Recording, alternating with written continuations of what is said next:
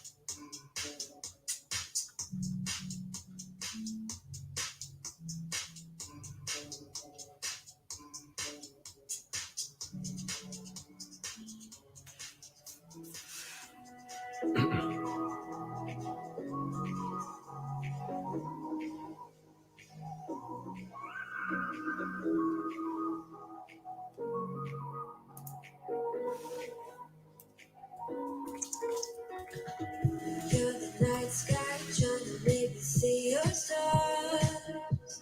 The dark gets lonely. Now I see violet. I can feel silence.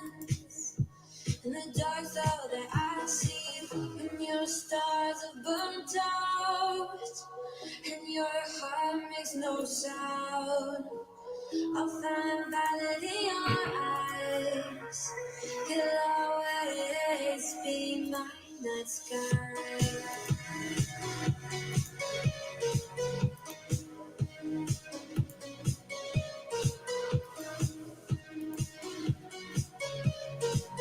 You'll always be my night sky.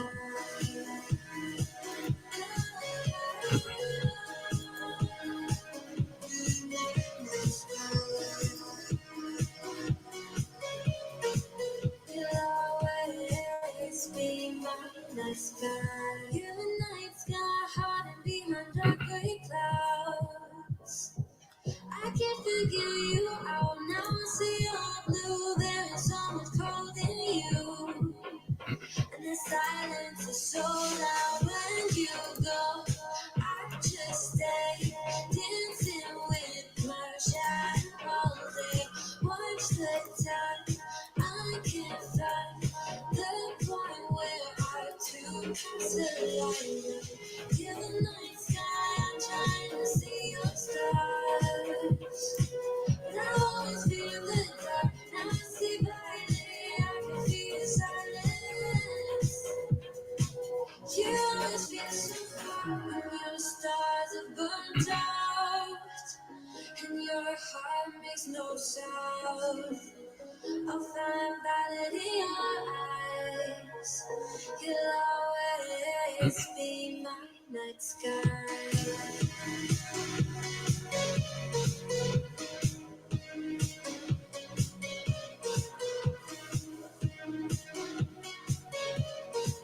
You'll always be my night sky.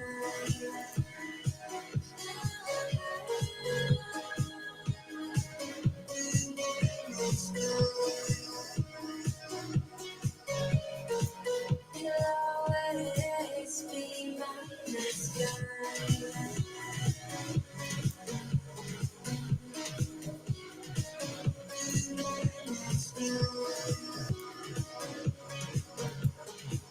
You'll always be my night sky.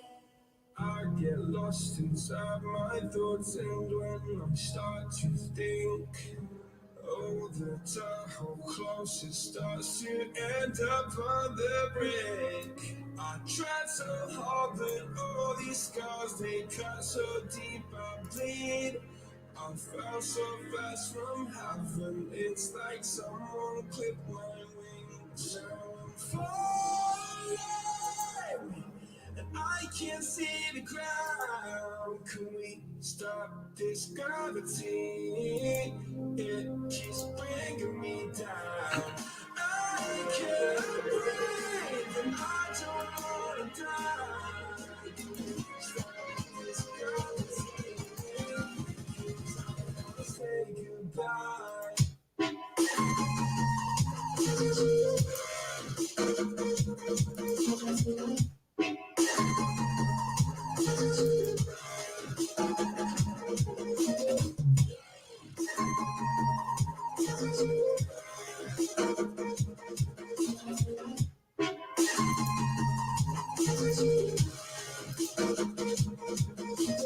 I forgive the pain you gave to me so long ago. Sleepless nights I laid awake just begging to let go. I almost got to suicidal thoughts, but you stepped in. An angel sent from heaven showed me how to live again. Now I'm falling, and I can't see the ground. Can we stop this gravity? It keeps bringing me down. I can't breathe, and I don't wanna die. Stop this gravity. I wanna say goodbye.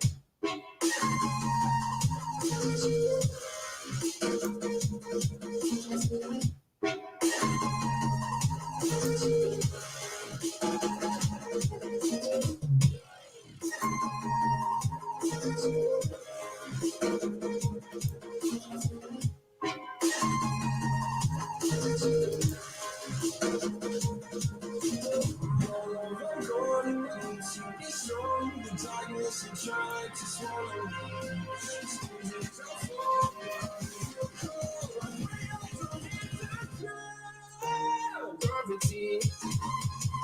Shalom, shalom. What's going on, Prez? What's going on, Prez? They're getting crazy out here, Prez. What's going on, man? What's going on with you, man? Cats want to act up ahead, don't they, Prez, man? Make you touch something out here. What you doing, man? Let me broaden my screen right here. This is over in the corner, man. Let me make this a little bigger. So once again, you're not under the sounds of the voice of Kahan Tazadak. And as you know, this is Yahweh Swap. And for the record, this is not legal advice. I do not offer legal advice. If you need legal advice, seek yourself a competent counsel and please be advised. Everything I'm about to give you is strictly for educational, informational, entertainment purposes only. Please do not take it as legal advice. If you use any of this information, you fall flat on your face. It's your own fault because you did not go and check it out for yourselves. And to tell you something, man, anyone that doesn't want you to question things, don't want you to check it out, that's a wolf that's intending to use you for his prey. Remember that, man. Remember who told you, man. Tells the dark, so you said it. So, as you all know, I'm here to welcome you to the up-and-coming webinar this weekend. To those of you that missed it the first time, we're going to be going over the doing business as name because you're not the name. So we're going to do business as the assumed name. We're going to show you how the authorized representative Kahan Tazadak does business as Tazadak.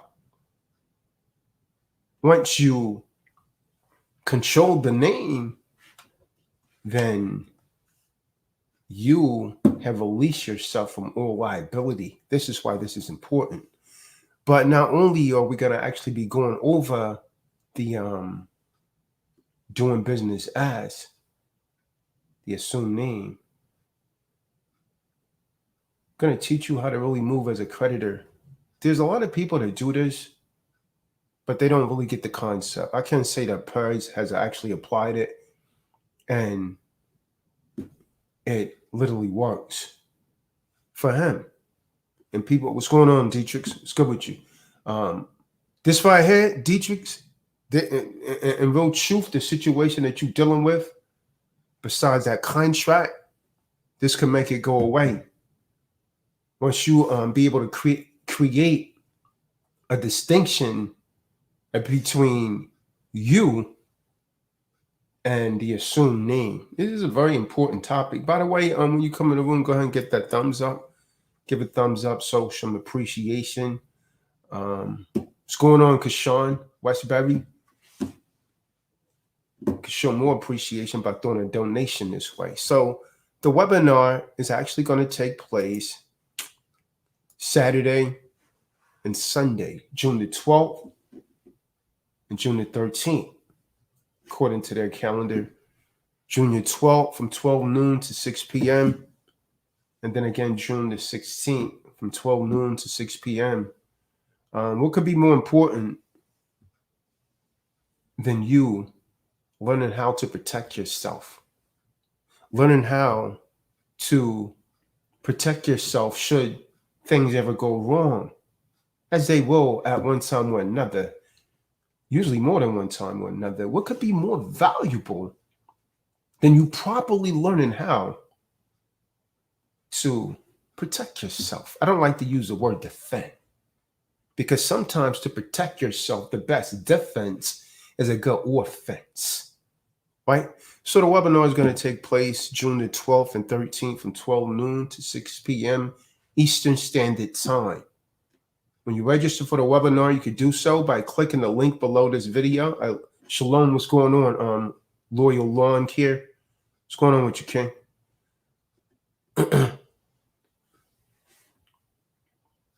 When you register for the webinar, do so under your assume. Don't do so under a fictitious corporation. I've actually had problems with those. Do so under the Nyman that was given to you by your mother or your father or both. So it's going to be very interesting, quite resourceful, and very remedy effective, if there's such a term. So it's important that you attend that. And how many of you are familiar? I'm going to tell you what, some of you are stuck, right? This is where some of you are stuck, right? You are allowing outside forces to prevent you from being what the Creator intended you to be. All praises to Yahweh, Yahweh Shai.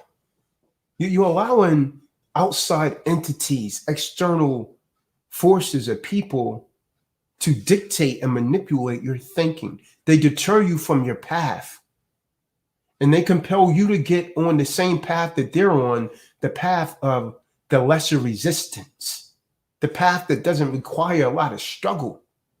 So in other words, you give up, you quit. Now, how many of you are familiar with the Pareto's principle, right?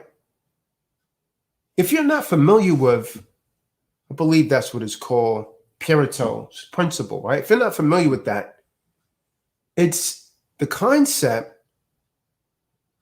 is a principle named after a man who was actually a economist, right? Vilfredo Pareto. And the specifics of it is that an unequal relationship between inputs and outputs is what his principle is based upon, right? So he says that unequal relationships between inputs and outputs is pretty much what his principle revolve around, right? So he's saying that on this principle, he states that 20% of investments, right? 20% of invested input, which is your effort, whatever you give effort to, right? 20% is responsible for 80% of the results, which is the output. Why am I telling you this? I'm telling you this, right? Take what I'm saying, King. He says, I'm telling you this because if you're losing right now, if you're not winning right now, if you're taking an L right now, if you're complaining about you don't have enough bread right now, it's because guess what, King? On the veil, this is real talk, man. You are putting 20% of negative input into everything that you're doing. And this is where 80% of the world around you is discombobulated and you're failing. I'm winning right now. That's why they mad at me. You know what I mean? People come on here, the dead haters, they come on here mad at me. What do? I just give them more what they hating doing, man. I just use these dudes for their energy and the chicks. But I keep right on moving, man. Because my 20% is focused on the positive. So what am I giving you? I'm giving you a 20-80 rule. Well, so all you got to do, all you need is 20%, man.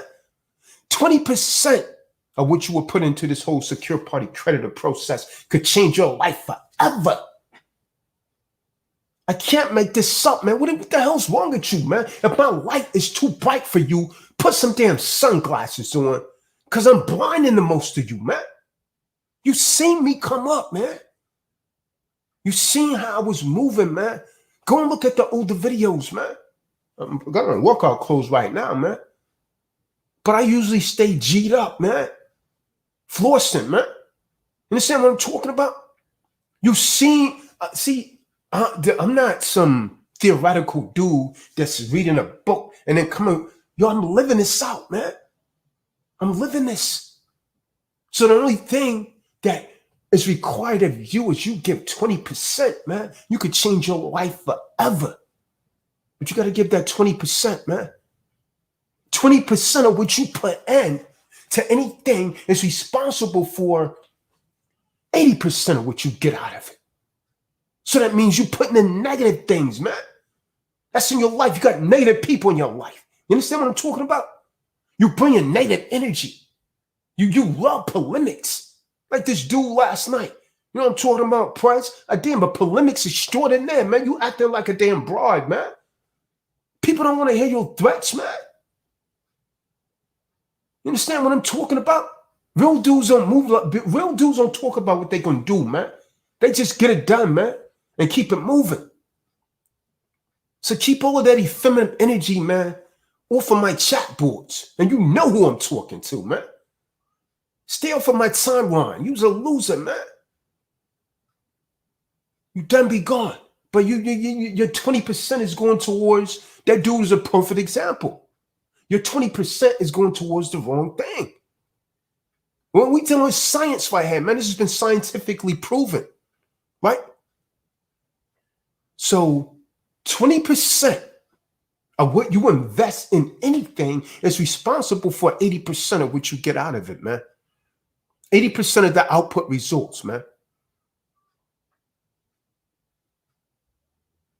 And so one of the things that was actually obtained,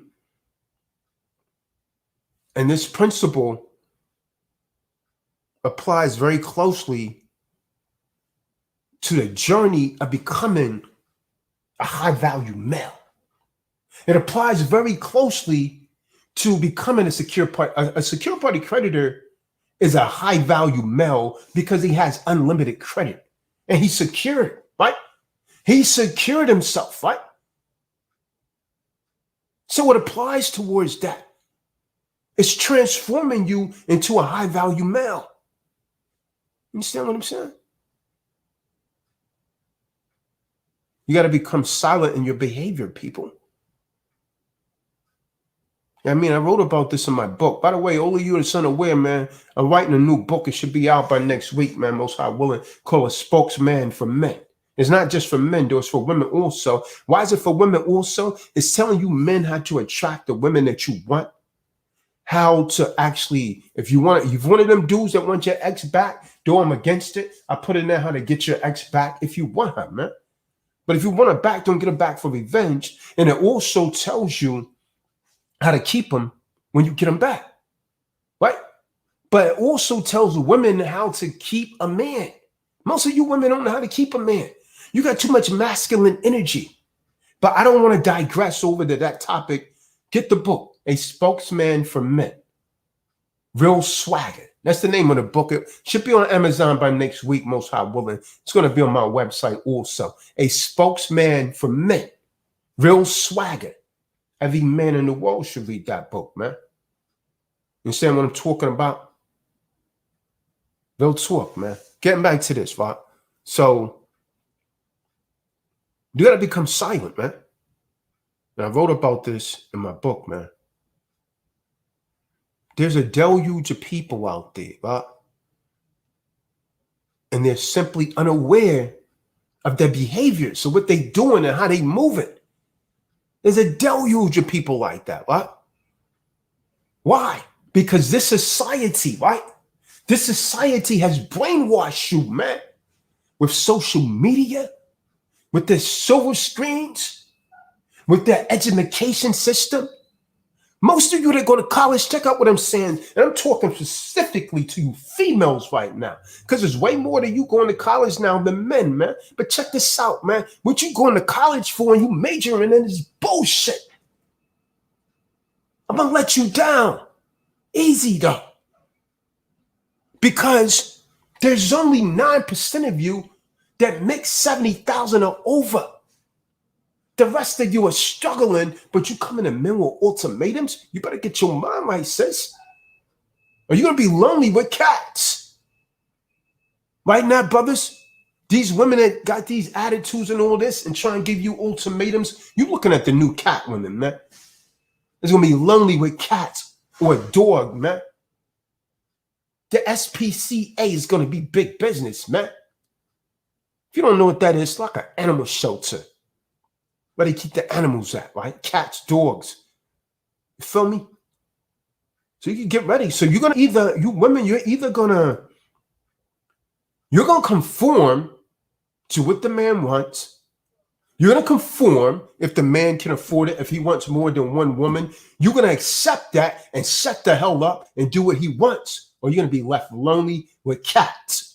They don't want you. They don't want a man talking to you like this, but this is how a man's supposed to talk to your ass, man, because a man is the head. You understand that? You got daddy issues, so you don't know this. And it's in particularly the women of our nation that behave this way. The other women know this, man.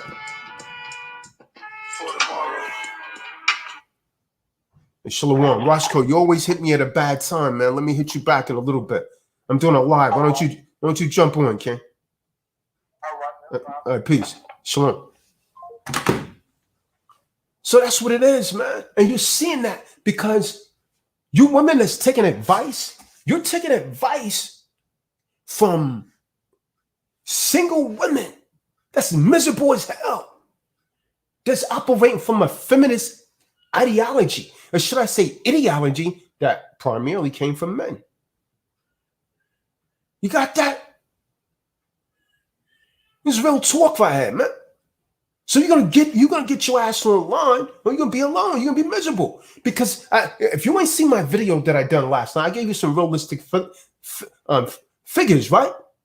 The average person in America only makes 50,000 or under. That's the average person, and they're struggling. And so when you make a comparison to the males and the females, by the time you hit 60. The male's making at least 10,000 more than you. How you going to pick and choose? There's only a small percentage of women that makes more than a man. The average man makes way more than you, man. How the hell you giving this man ultimatums? And so you come in with less fiat, and then you're going to tell him He got to raise your children too. That lowers your value tremendously, man. So you should be learning the stuff that I'm putting out because it's the truth. And the most valuable thing that anyone could give you is the truth. Why is the truth the most valuable thing that you could be given? Because the book of Hosea 4 verse 6 says, my people are destroyed for lack of knowledge. You're destroyed, man. You're operating under a Euro-Gentile system that has failed you, man, and deprived you of your man. And then you're miserable and you're angry, but you're bringing it to your own self, man, because you don't want to submit. But your ass is going to submit. You're going to submit. You're going to conform. You're going to settle, or you're going to die alone with cats, or maybe a damn Chihuahua or a damn Yorkshire Terrier or something like that. You can think it's a game all you want to, man. And I don't give a damn who get in their feelings because I'm speaking facts. And none of you can intelligently and rationally come up here against me, because even if the woman is making 100 G's, right? Check this out, right? There's only, there's only 9% that makes 70,000 or above. But if you living in DC and you making 70,000, man, you're hungry. You may be on like some sort of assistance because it's not enough to survive in DC. So again, when you're making that type of money, it depends on where you live in. 70,000 in DC or California is laughable. See, I know because I don't move around, man. I've been all over the globe. So you better reconsider what you're saying. You don't need a man. You see all these homeless men out there? That's future women.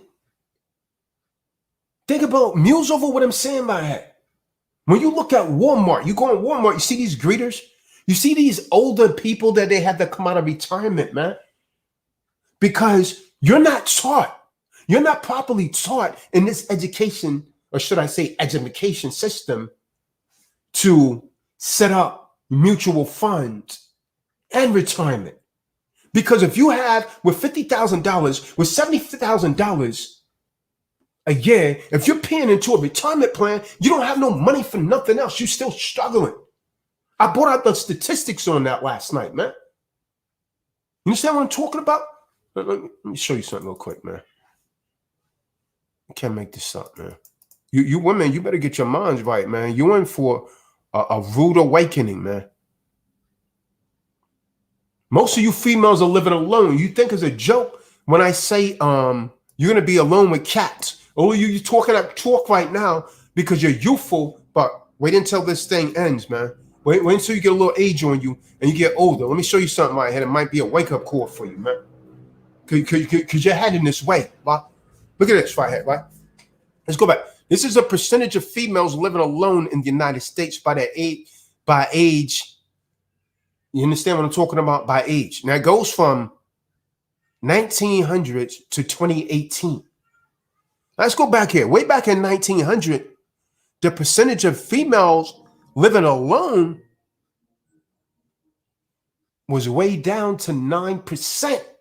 In 1900, only 9% of women out of 100% lived alone. Well,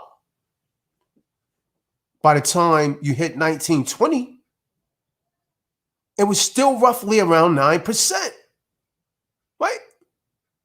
In the 40s, as you can see, it started to rise, and based on age. See, the older they got, brothers, as you see, as they started to go up in age, the man didn't want to deal with your ass anymore, right? And this is the 40s. Yeah, women's lives start coming in a little bit slightly. You understand what I'm talking about? You have people out there like Susan B. Anthony. You know, Susan B. Anthony was a feminist, man. I've done some research on all of this. I got my book here on that topic. No, I don't have it right here right now. So, but look what happens. The older they get, you see this?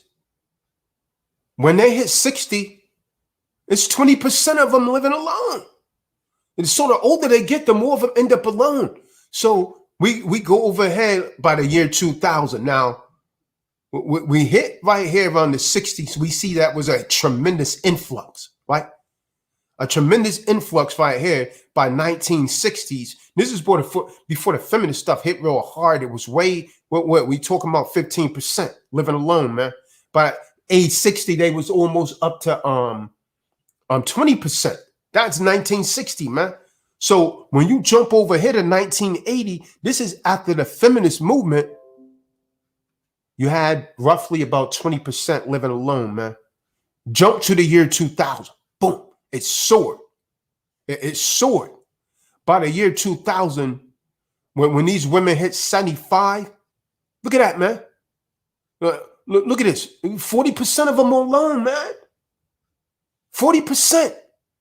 Now you go over here to 2018, they living longer, but they're dying alone with cats. You see the percentage of that, man?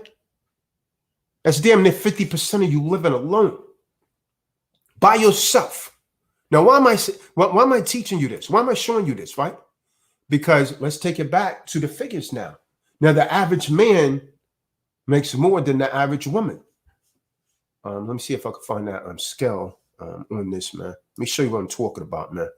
So if you're not making as much as the average man, and even with $70,000 a year, people are still struggling on an income of $70,000. If they're paying into any kind of retirement, they don't have any extra fiat for any kind of mutual funds or anything like that. So when they get older, they still cannot afford to live by themselves. They have to go back to work. They have to be one of those greeters in Walmart that has a damn oxygen tank or something like that on, or they're working some job and they're 75 years old, or they end up homeless.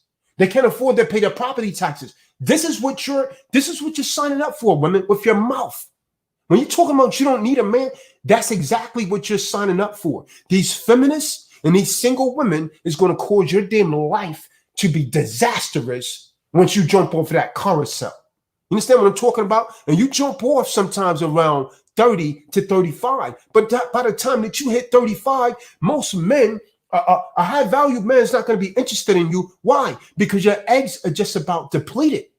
Remember, women have a biological clock. Men don't have that.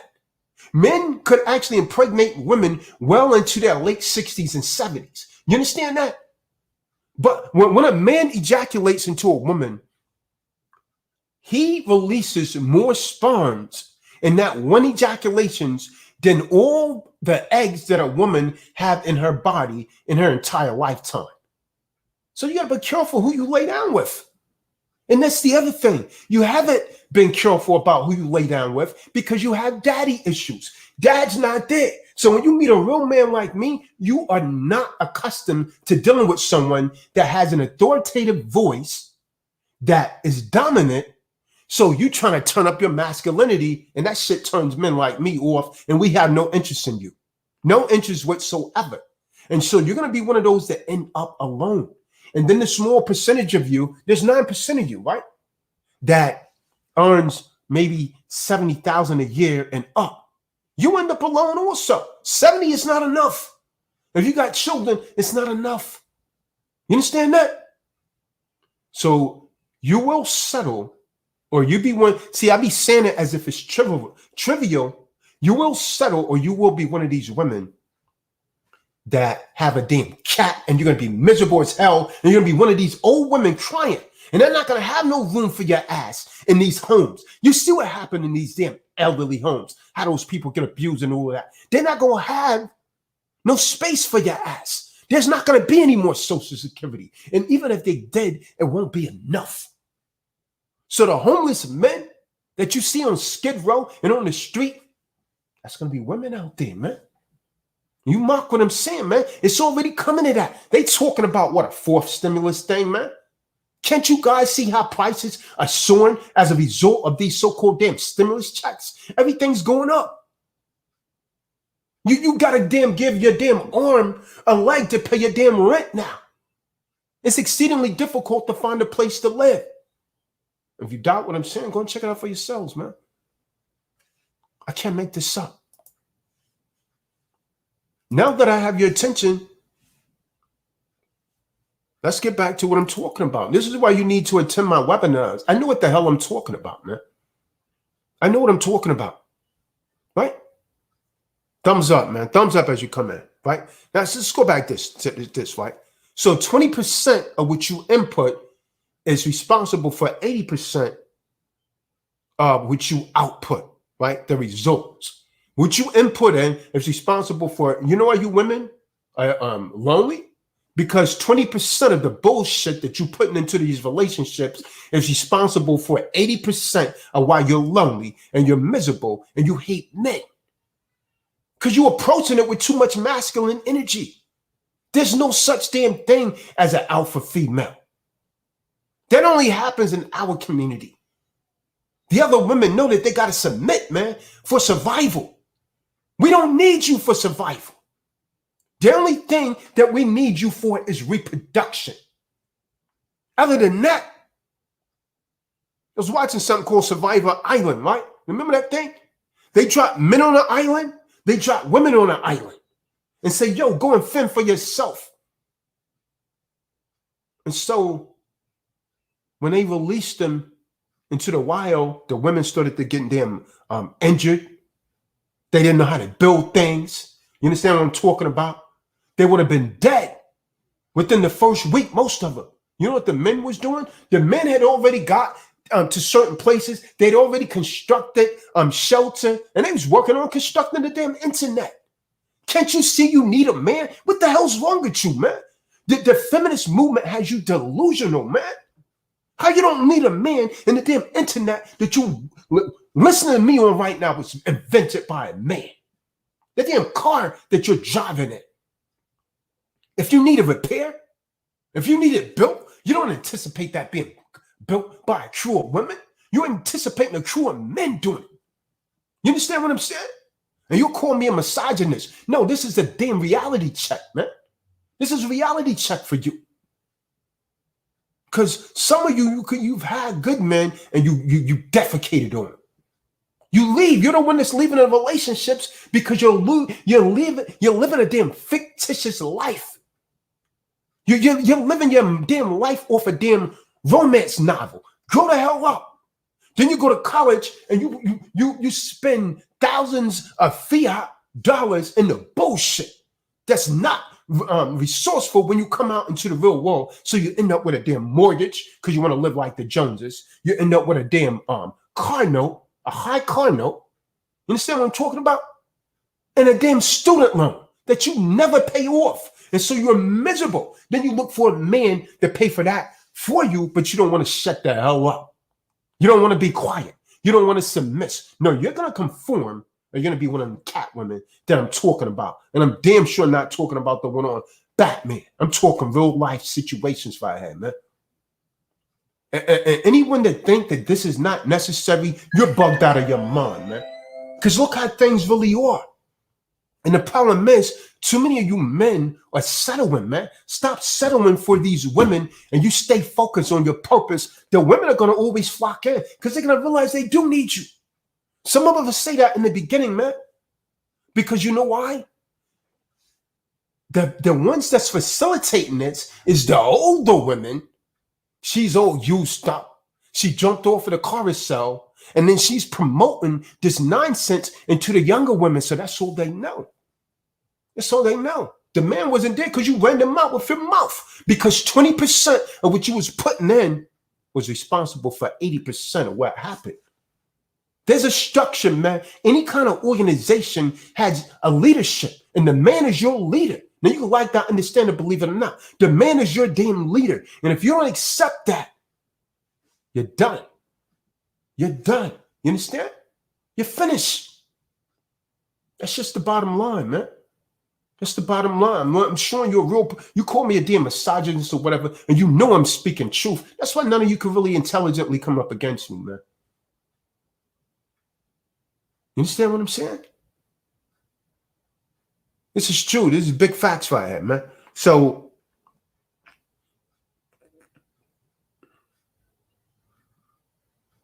%20 of the effort to develop awareness needs to be put in. What's going on right now? 20% of the effort to develop awareness needs to be put in, right?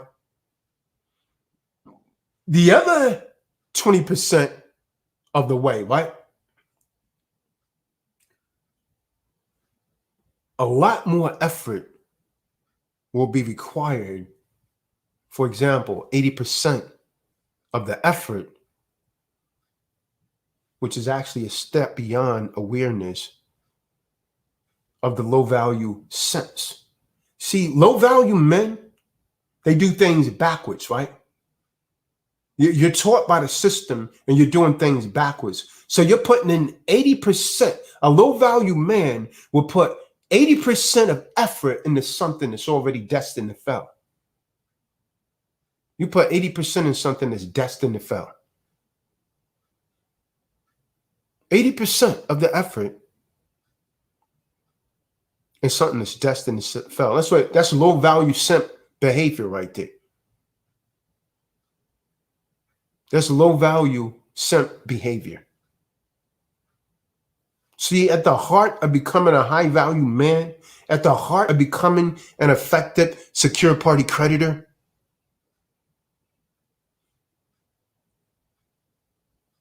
there's a couple central guiding principles, right? And the primary thing is you must start behaving like a high value male, right? You have to start behaving as a high value male would. And you got to ask yourself the question, right? Am I behaving as a man that values himself and his opinions would in this particular moment? The next time you're about to make a decision on anything, whether it's with a woman or what have you, ask yourself the question, am I behaving as a man that really values himself would behave in this particular situation? And if not, you definitely need to reevaluate your thinking, man. You need to reevaluate your thinking. And the next question that I really need you to consider is, who am I and what have I done? What do I have? Because this defines you. All right, this is a reality check for all of you. You're sitting around, you're making excuses. Here I am. You've seen my life, how it changed, how my life has consistently been soaring up for the better. And you're sitting around, you're complaining because you're putting 20% into a lower negative vibration. So the second question you need to ask yourself is, what is most important is, who am I?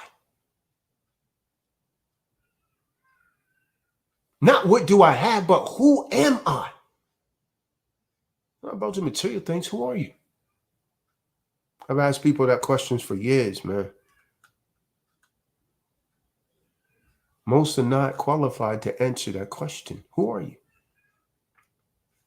So once again, if you're really inspired to change your life, man, attend the webinar, man.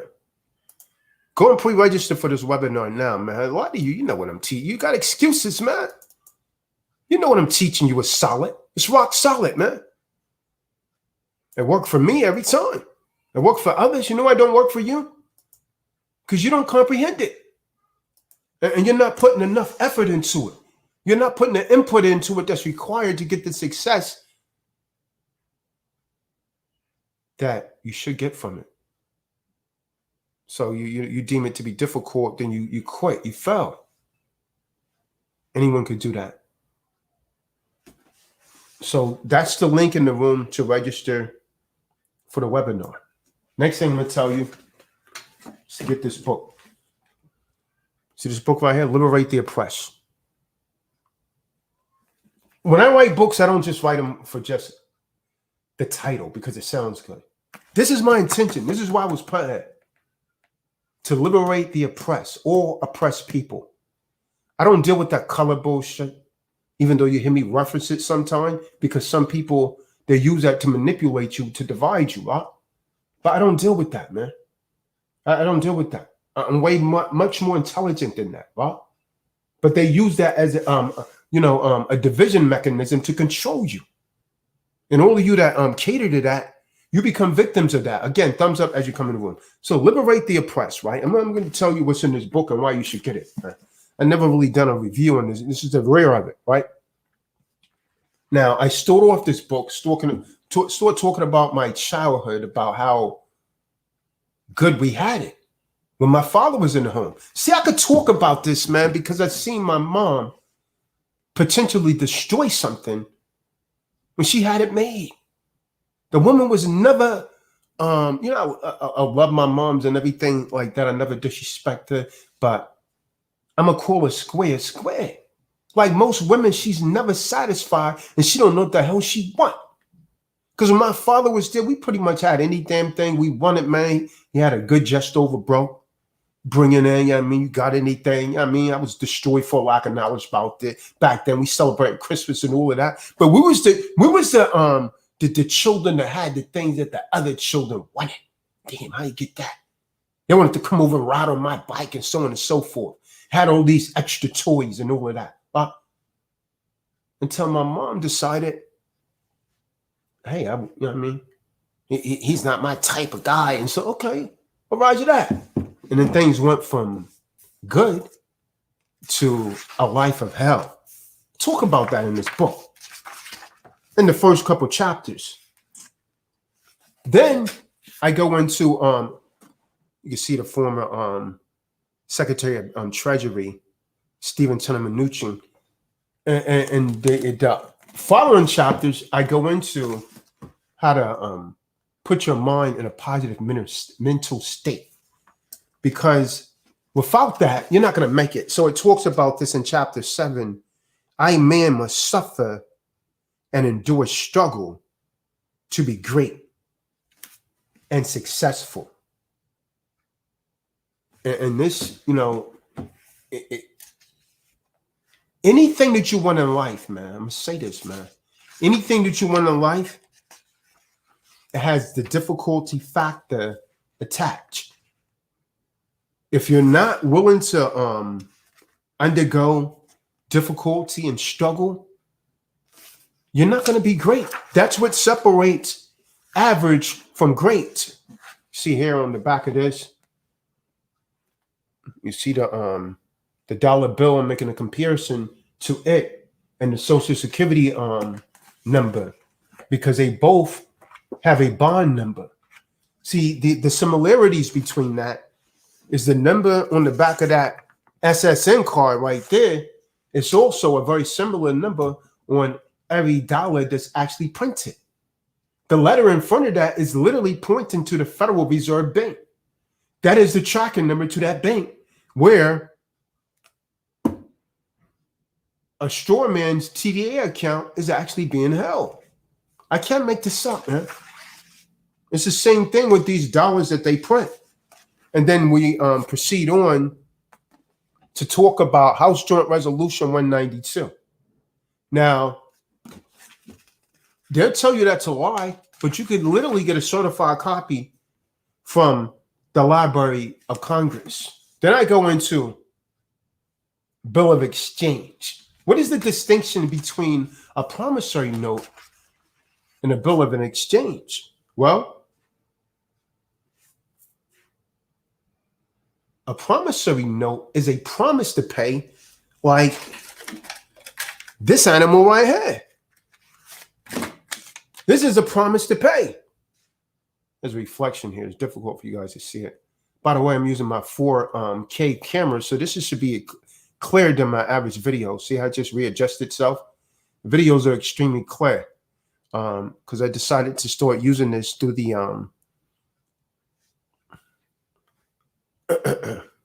my Sony cam there in the OBS. So this is a promissory note. That means there's a promise to pay you when real money comes in to circulation. Now, with that being understood, right? An accepted for value is a promissory note. You're essentially telling them, please accept this as a discharge method until you put real money back into circulation, because according to what I just showed you, real money was actually taken out of circulation in 1933 with House Joint Resolution 192 and Public Law 7310, 48 Statute 48. Now, as you proceed in the book, and this is what I was telling you about, Dietrich's. See, I forgot I had put this in the book. This right here is a discharge process. So maybe about the next 70 pages, it's a complete accepted for value process, but in much more details than any of the other videos or anything. The only thing that is equivalent to this is the online webinar flash drive, which is approximately 18 hours. So this book has it in here, and it's a 3-step. It's liberate the oppressed. It's the 3-step accepted for value process, right? So it shows you the process. It shows you what to do. You understand what I'm saying? If they don't respond. So the first process, it shows you how one effectively conducts the accepted for value with many other forms, not just the accepted for value. This is a much more detailed process. So with the accepted for value, there's affidavits, notary presentment, letter of advice, notice of entitlement. I don't want to go on and give you get the book and get this information. It's here, right? And so that's the first step. You complete the accepted for value, give them a time frame to respond. Then step 2 of the 3-step accepted for value process is what to do if they don't respond.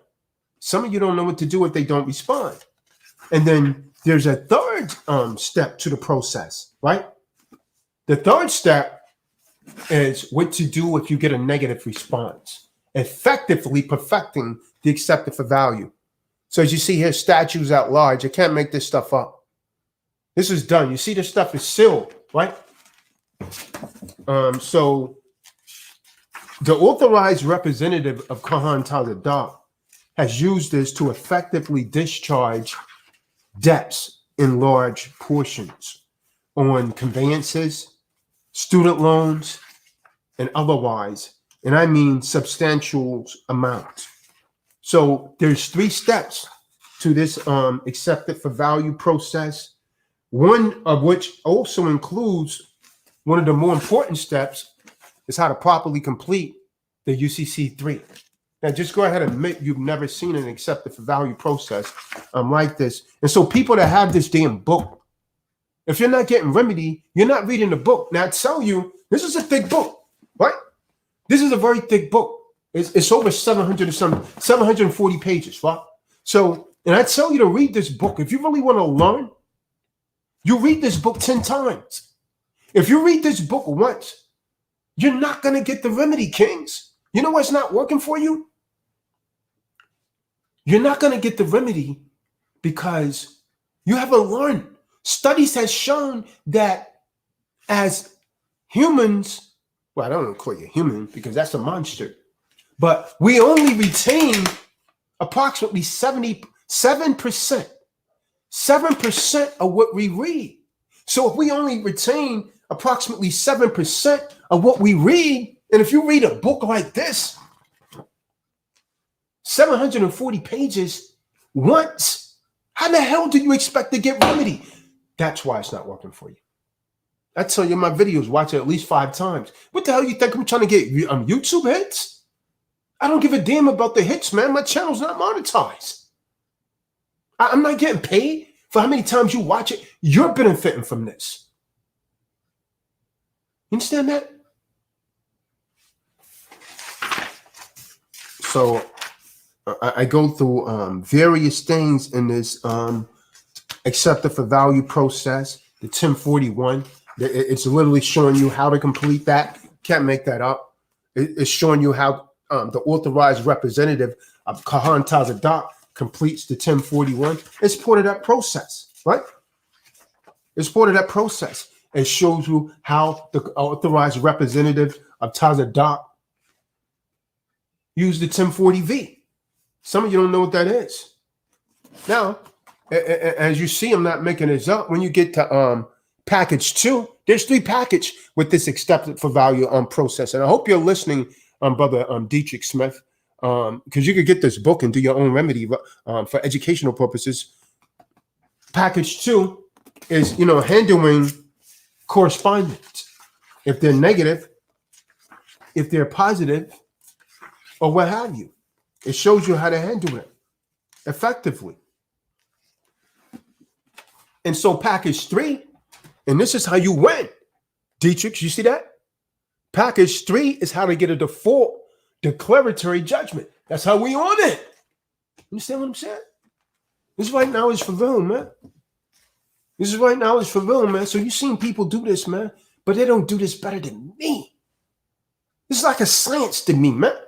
I've been doing this for years now, man. And when you out there drinking, popping bottles, chilling with broads, I'm learning this. Hey, that's what I was doing. I was in the lab studying and learning, man. So now I facilitate that to others. So there's a 3-step. Then again, in the book, I go back, chapter 8. It goes back into more of your mental process and what you need to comprehend to be effective. A lot of people, many of you, you try this stuff, you're not effective with it, you quit. And you can run around and tell people it doesn't work. Guess what else is in this book? How to perform the EFT. How to perform the EFT. So you got to accept it for value, Kahan tells it, Doc. And how to perform the EFT in one book? Yeah, you damn right. This is a gold mine right here. Liberate the oppressed. Guess what? Ask Ephraim Smith, did he discharge over $70,000 with the EFT method that he learned by emulating the authorized representative of Kahan Tazadah? Ask them, did it not make his wife's $35,000 student loan go away? Ask them, did it not make her car note disappear? But when you do shit like that, when you come around me and you get stuff like that, you got to give credit where credit is due. And that's what you people are not doing. Because you get it and then you're going with the win. But then they always come back. You know what I mean? Like the movie, man, with them vampires. It says sometimes they come back. Nah, man, they always come back.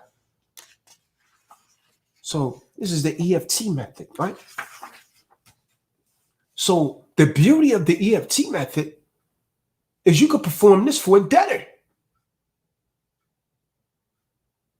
One could actually set off, settle, and close things for a debtor. It goes into great detail. I'm not going to show you this book.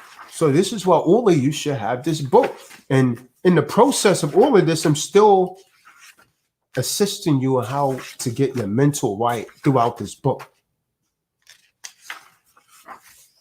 Shalom, what's going on, Christian?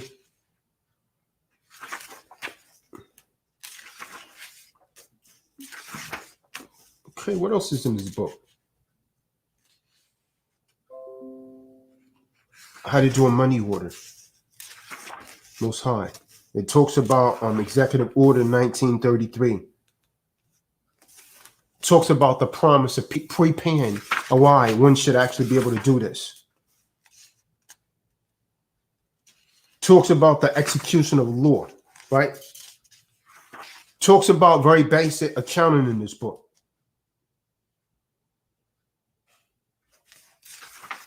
Then it's telling you how to be a fake people on the internet that's selling you dreams and don't have any history dealing with this stuff, man. What else is in the book, man? It talks about what the Bible reference is, that the employer is the master and the employee is the slave. If you're going in and working for someone, make no mistake about it, you're a slave. You're a slave. It's just that's the way it is. If you owe, the very moment that you owe someone something and they teach you to go out and get in all these debts, you become a slave to the master. You become a slave to the master. I know that sounds harsh.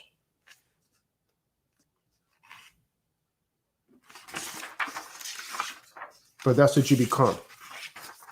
More into the EFT here. Talking about UCC 9. So much information in this book right here, man. Shows one, how the authorized representative, perhaps there's some people out there that's not secure party creditors yet, and they're dealing with a mortgage foreclosure situation. The authorized representative of Kahan Tazadak puts in here an affidavit of status. Affidavits of status. How one corrects the status. Free. But only for educational purposes within this book.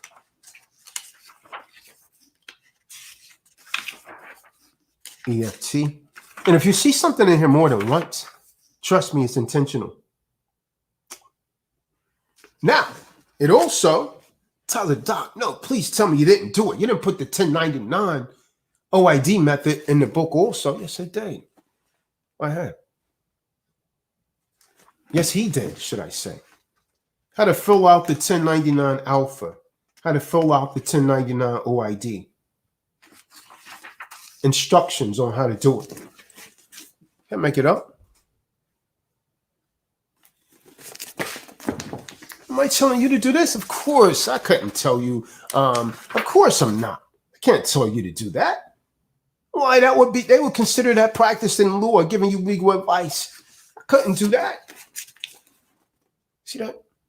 1099A, 1099 OID. How to authorize representative of Kahan tells a doc does it. Right? How to complete them. Teaches you how to deal with the corporation. How one should stand in court and propria persona. What to say. How to handle that. How not to be a simp beta male. I even touched on that in here. About getting your mind right.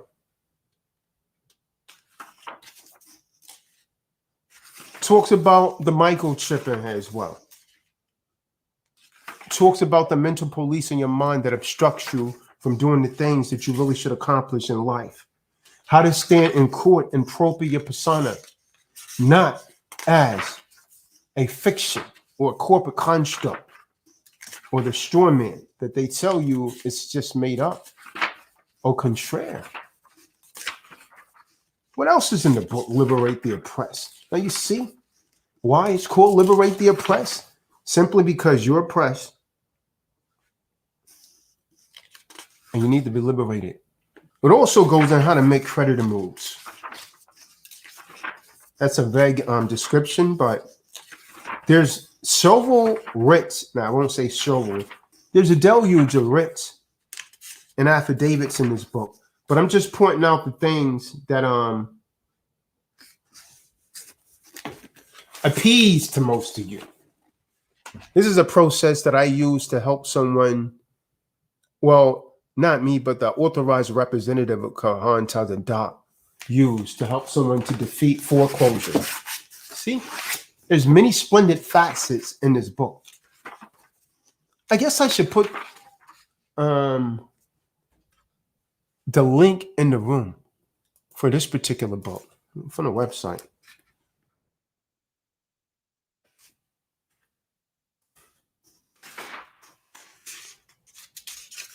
How Kahan Tazadak does an answer to a criminal complaint is in the book.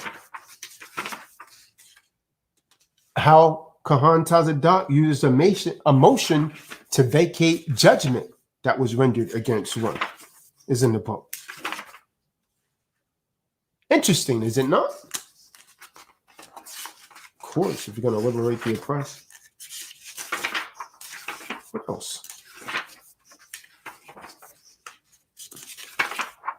As you know, I always reference scriptures, so you know that's going to be in here as well. Now, to those that want to get the book, purchase the book, there's a link for it. Get it now.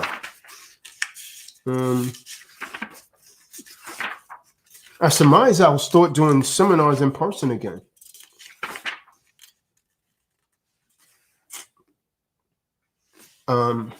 OID for a checking account is in the book.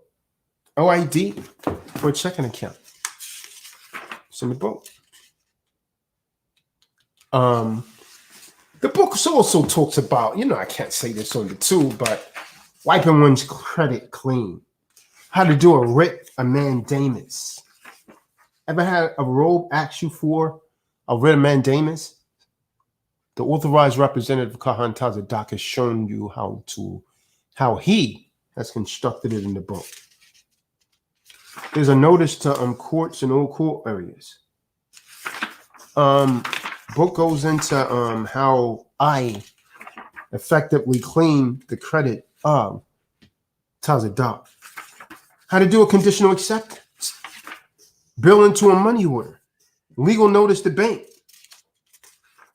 Conditional acceptance letter to discharge or to pay a bill. What is due process of law? Mortgage discharge letter. Very worth its weight in gold. Notice of competency or incompetency. How the authorized representative of Tazadak challenged jurisdiction. How to discharge a debt again. How to construct an affidavit of truth. Federal jurisdiction. Bonded promissory note. How to construct a memorandum. What information, right? How to request a 1099 OID on a court case. That's right. How to request a 1099 OID on a court case.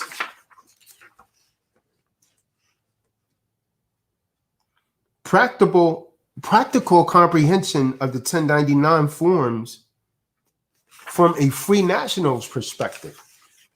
Interesting, right? Christian Moore. Then it goes into battling spiritual wickedness. Talks about Eliftad, the beginning and the end, who's Yahweh Shai.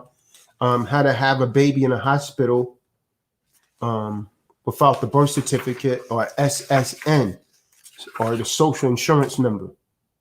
Notice of understanding and claim a right in the book.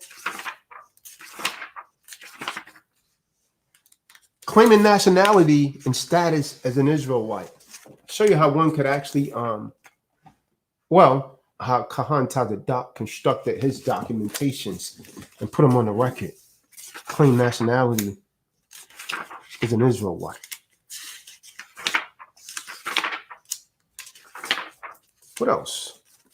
Oh yeah, the 7 locations that you would actually mail that to. It's in the book.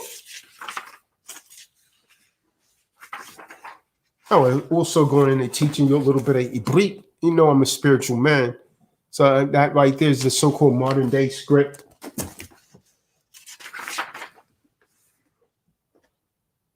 Versus the Lashawan HaKadash, the Paleo Hebrew script. It's in here.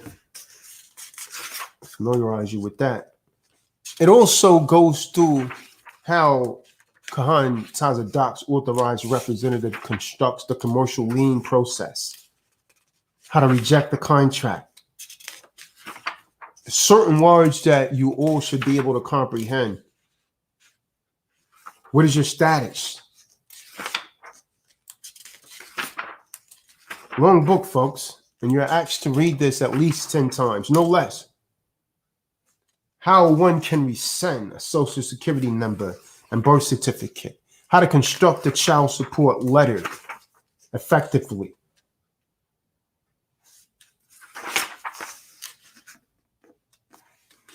Affidavit of original issue.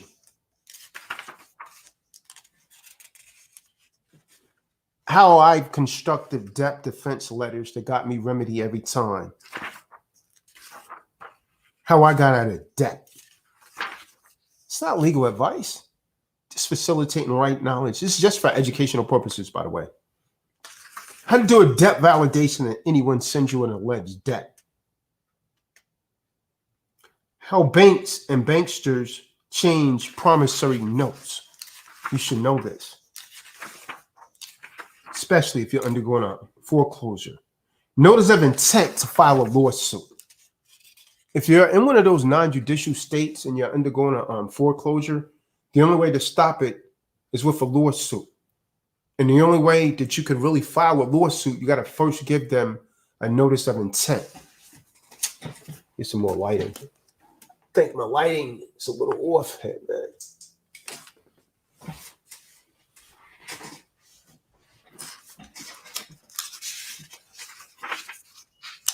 Get an inclusive number. It's in the book.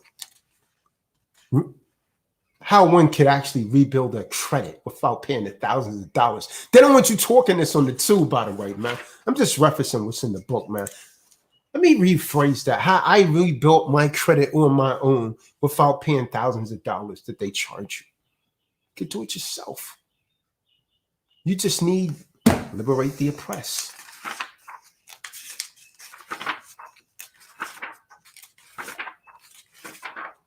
I'm almost at the end of this.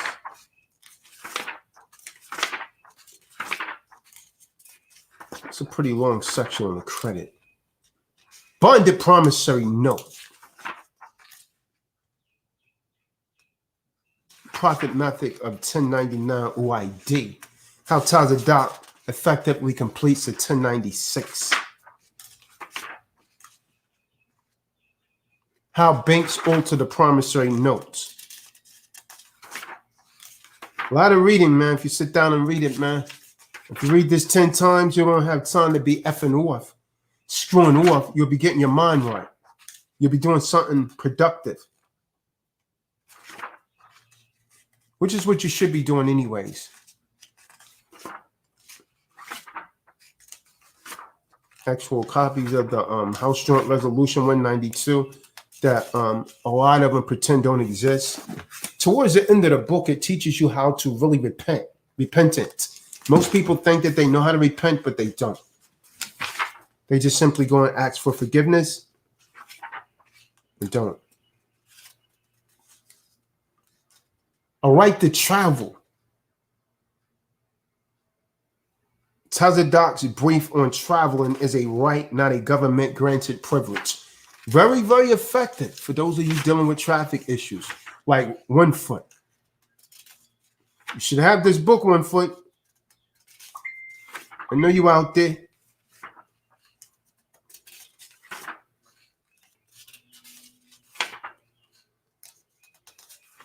What else is in the book, man? I'm towards the back of it. Talking some highly spiritual stuff. Private banking. Going to private banking. I believe that's the last section of the book. Talking about private banking. Yeah. A notice of dishonor. When someone goes in dishonor, you notice them for being in a dishonor when they ignore your paperwork. So there's the book. Liberate the oppressed. Tazadah. You see it. You see me. Stop acting like you don't see me, man. Still standing to liberate the oppressed. Get your copy. Go to the website. You can't get this in stores. I did not make this available on Amazon for good reason. You could only get it from Kahan Tazadah. Lesson, of course, there's some square out there that bought my book, read it, and now he's selling it. You get that? 700 and some pages, man. About 740 pages, man. What more do you want? You read that 10 times, you good. People saying, what do I study? Study that. Want something to start with? Start with my first book right here. The Infliction of Commerce. The Infliction of Commerce. David. What's going on, Ken? You start with this book right here, this little blue book. Small, but compiled with the wealth of knowledge. Read this 10 times. Your world's going to change. You read this book, when you put it down, you're going to look at things the same. When you walk outside, you're going to be analyzing things differently than prior to reading this book. I know what you hear online in the videos and so on and so forth. But read it. Not just once, 10 times. Don't be like the people that try and use this stuff. They want to half step and they don't get the remedy that they want because they're not reading it 10 times like I suggested. Again, why am I telling you that? Because research studies have revealed that we only retain approximately 7% of what we read. So reading something like this once is just not going to cut it. So once again, all of you interested in attending my webinar this weekend, David, I hope to see you there. Haven't seen you on a webinar in a long time, David. All you interested in attending a webinar? There's the link in the room. Go ahead and pre-register. Do so under your given name. Now hear this. Do not register under a fictitious or business name. Do not register under a fictitious or business name. Register under your given name to prevent any kind of suspicious activities, as I've actually had to alleviate in the past. I ask that you register under your given name. So, there you have it, folks. I thought this would be about 15 minutes. It ended up being like an hour and a half, and it went by fairly quickly. So, with that being said, anyone have anything? Any kind of question? I'll entertain a few questions, then I'm out of here like last year. The link's in the room. You could play like Price is Right and come on down. If you got a question, don't ask it on the chat room. Ask it in the room, viva voce, by your voice, because chances are you're saying something that others need to hear as well. And you won't be just helping yourself, you'll be helping others. That's how we on it. David, what's goody?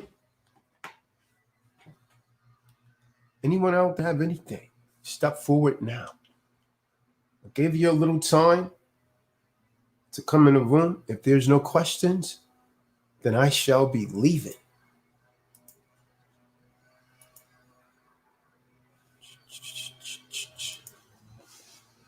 Click on the link, come in the room from a Chrome browser. If you got a question, anything pertaining, any questions regarding the book, any questions regarding the webinar.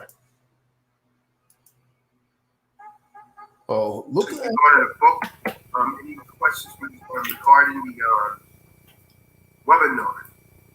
Yo, brother, you gotta mute your background. Your YouTube. And YouTube's still going on, right?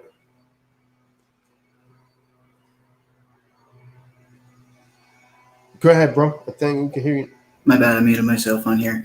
My bad about the YouTube thing. So I read through your book. I thought it was really which good. book? The Infliction of Commerce. I don't remember what I called it last time, but it was kind of funny. Anyway, hope you're well, brother. My question is with I definitely need to reread the book, but I'm kind of trying to piece together how one basically files a lien against their strawman identity. That's simply that's done by way of the UCC1. That's what the UCC1 is. It's a financial lien. So I'm, like I said, still trying to piece things together and, make a whole picture for myself. But my understanding is you have to have a security that what I'm getting is that you have to establish that you are separate from your commercial identity. And what was that again, bud? My understanding is that you have to establish that you are separate from your commercial identity. Absolutely. You're a living man. Absolutely. So, like along with the UCC one, I remember there's actually this individual out there on a channel that goes by Eon that actually breaks down into a lot of this. But my understanding was how long has he been out there for? An eon? Eon. He's been out there for, it seems like, years. Like I don't know how long exactly he's been doing this, but I think he started like probably around 2007, 2008, maybe earlier. But all right. Anyways, go ahead and make your point, good brother. yeah. So I'm you'll have to excuse me. Like in the future, I get rambling sometimes, and I just got off work. I had the overnight shift, but you work night shifts? Yeah, for like 2 days out of my week, but. Yeah, it's kind of crazy, but it's not good for your pineal gland. That's probably really true. I'll get to that, but so yeah, my understanding is that you have to have something that basically shows that you are in good standing, and then with how to. Once you're in good standing, I'm like wondering, since I'm not necessarily in debt or, having the IRS come at me, what are some like basic straightforward applications of being in good standing or like being a secure creditor? Well, I mean, so I'll take, for example, right? There was a brother, he's a basketball coach, but so he used to watch my videos and, he said, oh, yeah, it's kind of cool, man, but I don't need that stuff, right? So he came, he got in an accident, and he got a fairly large settlement. A few, I think 100,000, I think he told me it was over $1 million. He got over $1 million, right? So, and he was still coaching basketball. So his lifestyle changed. Once he got that money, I didn't hear from the guy anymore. So that I don't need this stuff and so on and so forth. He heard me say it in one video. People, they don't come around until they need it. And so he said, yeah, that's right. I don't need this stuff. And so he was coaching one day on the basketball court. And he was also like, I guess, showing the players how to drive to the board or something like that. And apparently one of the guys out there that was playing basketball shoved him into the wall. And so this guy, he was a wrestler. So he got up and he took the guy down. And when he took him down, it cracked the guy's leg or something. And so because the guy was going to kick him, when he got up, he said he went towards the guy and the guy was going to kick him. So he took him down. He took the guy down and kind of cracked his leg. And so the people that was around, everyone would say, hey, well, that was self-defense. The guy attacked him first. And while he was down, he was going to kick him like on his way up. So it was self-defense. So, then he said the police responded and they done a report. That was it. But then the guy found out that he had came into some money and he had won $1 million lawsuit. So when the guy found that out, the guy went back. He didn't press charges, but he went into court and now he sued him for $500,000 for, what was actually done to his leg. And so now the basketball coach that said he didn't need this, that got well off real quick, said, damn, man, I thought I didn't need this, but now he didn't know what to do. And he had already hired a few expensive lawyers. So now all of his money was almost consumed. He had hired a couple lawyers, and because the guy was trying to sue him for $500,000.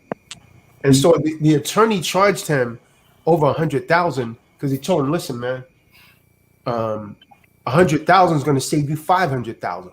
What would you do? So the attorney was able to talk him out of it. So he paid him. So now his fiat is actually being depleted.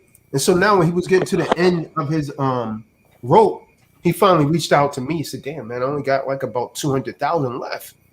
So I can't afford an expensive attorney. The attorney jacked me. You think he could help me with this? So my point being this, at that time, the guy had never been in any kind of trouble before, right?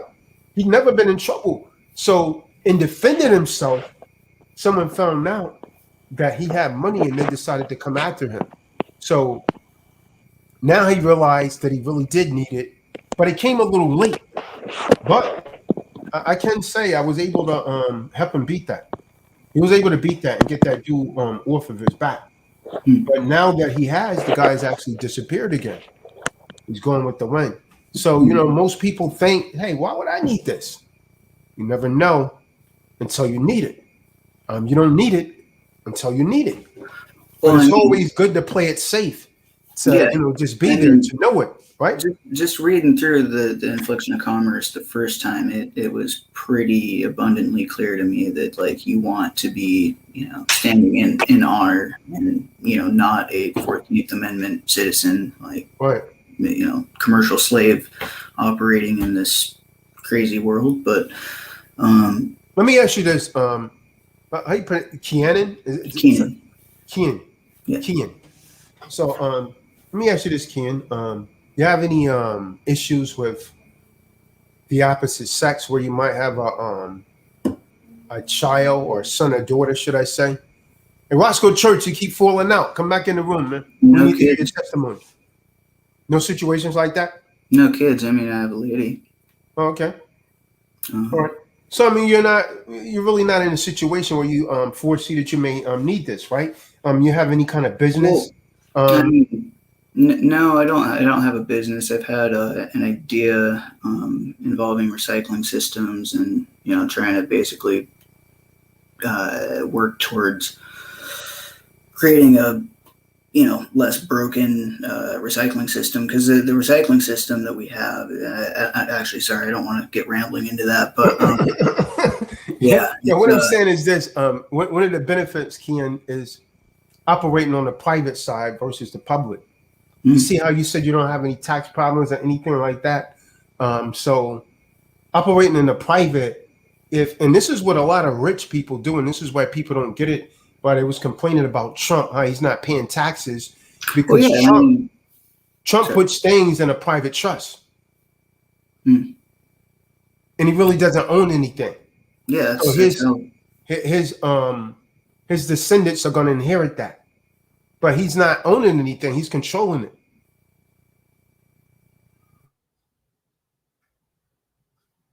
But he's operating on the private side instead of in the public. See, in the public is where we usually get in trouble when we decide to deal with them in the public. Roscoe Church, you keep falling out. So does Joe Moore.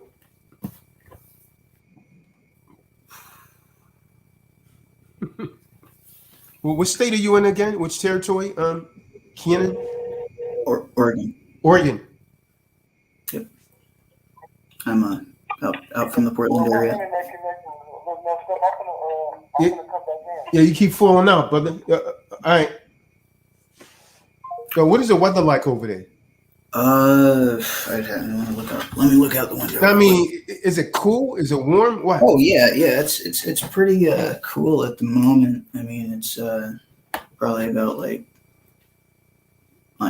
mid 60s, lower 60s. Do you guys have a summer over there? Does it ever get to like the 80s, 90s? Yeah, this year it's kind of been weird though. I mean, like they're the weather is basically boils down to like a couple, you get a couple days of like warm, and then it's like a good like 3-day break of just pure sun, and you notice all these like barium and aluminum trails go through the sky for a couple days, and then it gets cold again.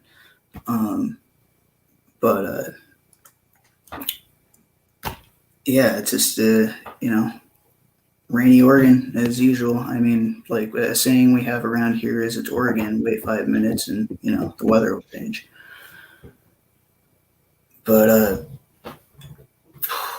you know, I see plenty of reason to just put yourself in good standing and move towards basically whatever endeavor you really want to pursue, because I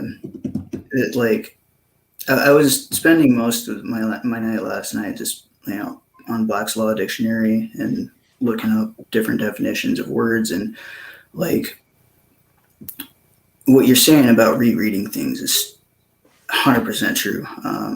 Retaining 7% of what we read, that just kind of solidifies it, because my memory is just not with it. But eventually, I'll get there. So where I'm kind of tied up is like, aside from just filling out and filing the UCC-1, where do you go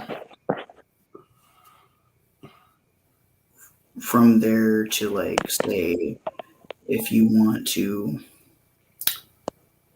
use some form of credit to get a business operation going? Well, I mean, yeah. So you use your straw man to establish credit. The straw man is actually a corporation. It's actually your DBA. So you do business under the assumed name. That's your reason for controlling it. So you would use that to establish credit. I don't have a credit card. Taza Doc has Shovel. I don't have an address. Taza Doc has Shovel. You understand? I don't have a car. Taza Doc has a car. I don't need any of that stuff. I'm just a living soul. Taza Doc uses that stuff to get from point A to point B. I just act as the attorney in fact for Taza Doc. So that's a good subject to bring up. Unless Roscoe here has hold that thought. Roscoe Church. I understand that you've gotten some remedy for the situation that you was dealing with. If you don't mind, Roscoe, I would like to give them a brief synopsis. Well, matter of fact, I would like you to give a brief synopsis because Roscoe was actually coming up on some serious criminal charges that may have cost him a reasonable portion of his life. Roscoe, you care to elaborate on that? What took place that night that you was totally unaware of, and how being in the wrong place at the wrong time could be disastrous? But praise be the Most High, He's brought you some remedy. Yes, it can be disastrous. I mean, actually, I was on my way from work, and I was with. You was coming from work, right, Roscoe? Whatnot. Yeah. You was coming from work that night, right? I was actually coming. Yes.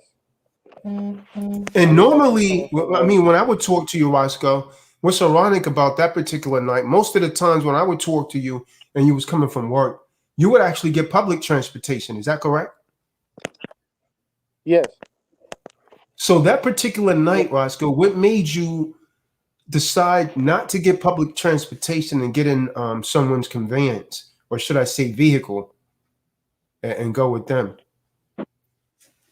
Because it was just convenient.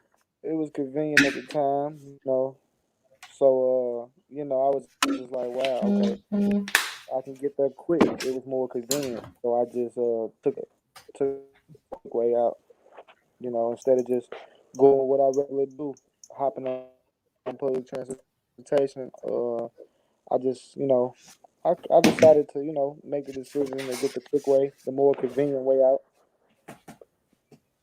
All right, so Roscoe, now you get in the car. I guess you give your pieces. You're driving in St. Louis, and then what happens? How did you guys manage to get pulled over? Why were you stopped? To those that's unaware, Roscoe was dealing with a gun charge and possible drug charge that was actually going to be pushed on him. Something that he had nothing to do with, just being in the wrong place at the wrong time. Yes, that was the situation. We were towards the South City area, and I don't know. I mean, that's a pretty dangerous area where we work at. But that's where we were, the South City area of St. Louis. And I actually, I guess he said that, we had expired, we had expired temp tags on the car. That was the Well, who reason said we that? got The pulled constable over. on patrol? Yes, All right. So now was this at day or night? exactly at It nighttime. it was at nighttime. All right. So he said that your plates was expired, and that was the reason that he gave for stopping you. Yes, Okay. the, So the then what plates happened, were Roscoe? expired. Now, were you driving the car? Where were you in the car? I was actually in the back seat. Or you was in the back seat? So you was actually Yeah. a guest, not a passenger, because we don't use words like passenger, because a passenger is being transported by a driver, which means you're operating in commerce. But of course, you being a man of sound mind, you did understand that you were not a passenger, you was a guest. All right, go ahead, Roscoe. Then what Yeah. happened? You got pulled over. Yeah. Now, I got pulled over. how many cops was it, or constables on patrol that came up to the vehicle? Just two. All right. Just two. Okay. So, uh, okay, when we got pulled over, he asked us for our name, my brother, his uh his female girlfriend. Now His hold on, niece. Roscoe. Let me hold on. So now this is where I start to disagree here. You are a guest in the car. Your brother gets pulled over for expired plates. What does that traffic stop have to do with you? Why does he need your name? That's what I was confused at the time. Like, I mean, I guess he wanted to just. I was confused right there at that moment. Right, I'm not gonna lie. When he requested the name, how did you react? Did you react like a debtor or creditor? Or did you give him a I'm gonna be name? honest. I'm gonna be honest. I reacted like a debitor. I gave him the name. I ain't even lied to Now, the why constable. I didn't. you do realize? Hold on, Roscoe. You do realize when you gave him a name, you also gave him jurisdiction, right? They don't. I mean, without challenging that, without giving a conditional acceptance, I conditionally accept your offer upon proof of claim. Um, if you have a charge and instrument for me, present it now, so we can settle and close this matter now. Or I have many names. Which one would you like? It's just something used to Mm, get my attention, right? Anything but just giving a name, because they're gonna bring a charge to that name. But go ahead, Roscoe. What happened then? okay. You tell us to step out the court. Did I now remind you? Uh, Now hold on. uh, So he went from asking for your name to telling you to step out of the car. Why? but look, this is what I was just gonna get to. Now remind you, I didn't tell you the point to where when we got pulled over, my brother's female girlfriend, she gets to going off saying, "Why are we getting pulled over? Why are we getting stopped?" Questioning and all of this. In the third, and when she said that, really, when she did that, this happened even before he asked us for our name. This happened before he asked us for our name. So that's what stirred up him asking for everybody's name. And you know, from there he told us to step out the court after he asked us for our name. You know, he was his guy back there running the plates. His partner, did I remind you? His partner back there running the court plates and everything. Now he goes through the car. He searched the driver's side first, and then he searched um, the side my brother girlfriend was sitting on. Finds a weapon. Now Finds a hold on, Roscoe. Who consented to the search? Man, ain't nobody. As a constable, they're trained to say, let me tell you this, man. As a constable, they're trained to say, we're going to search the vehicle. If you don't say, I do not consent to a search, or I do not give you permission to search my vehicle without a warrant, then you just consented to them searching the conveyance. You must object. There's a maxim of law that says that he do not deny admits. Go ahead, Roscoe. Keep going. Okay, so with that, he get to searching the car. He searched my brother's side, the driver's side. All right, everything's cool. He searched her side, passenger side. Finds a gun under the seat of the car, front car. Then he searched the back seat. Wasn't nothing on. Now, did you know that weapon was there, Roscoe? No. Did you know that weapon was there? I didn't. So you got into a car. You had no idea that this car had a weapon in it. All right, go ahead. Okay. He searched the back seat. Searches my side that I'm sitting on. Nothing on my side that I'm sitting on, but he searched the other side to where, the opposite to me on the passenger side. Well, yeah, on the I'm used to saying that, but on the passenger side, he searched that. Passengers, drivers, we're dealing in commerce here. We got to get rid of that language, man. What we had, we had was a man going from point A to point B with two guests in the conveyance. That's what we had. That's the language we should have been speaking in. But go ahead, brother. He searches that side, and then so on that side under the seat, on that side of the seat, it was a whole 28. It was a whole 28. It was a whole zip of heroin. It was a whole zip of heroin. So he found smack. He found the zip of heroin, right? Okay. Yeah. And whose side of the conveyance was this on? Under the females. This was on her side. Okay. Yeah. So they riding dirty, Roscoe, and you don't know anything about this. They riding dirty and you didn't know anything about this. You just trying to get a ride. You just simply wanted to ride from point A to point B. They're riding dirty. They didn't tell you any of this, putting you at risk. Go ahead. Okay. So from this point, everybody looking stupid, From this point, everybody looking stupid. Mentally and physically. Because I see a lot of mistakes that was made by her. But go ahead, King. And so from this point, we finna get arrested because the car has expired plates. We riding with all this stuff on us, with these items on us. So at this point, we get arrested. Boom, get locked up. They separate her, take me and my brother.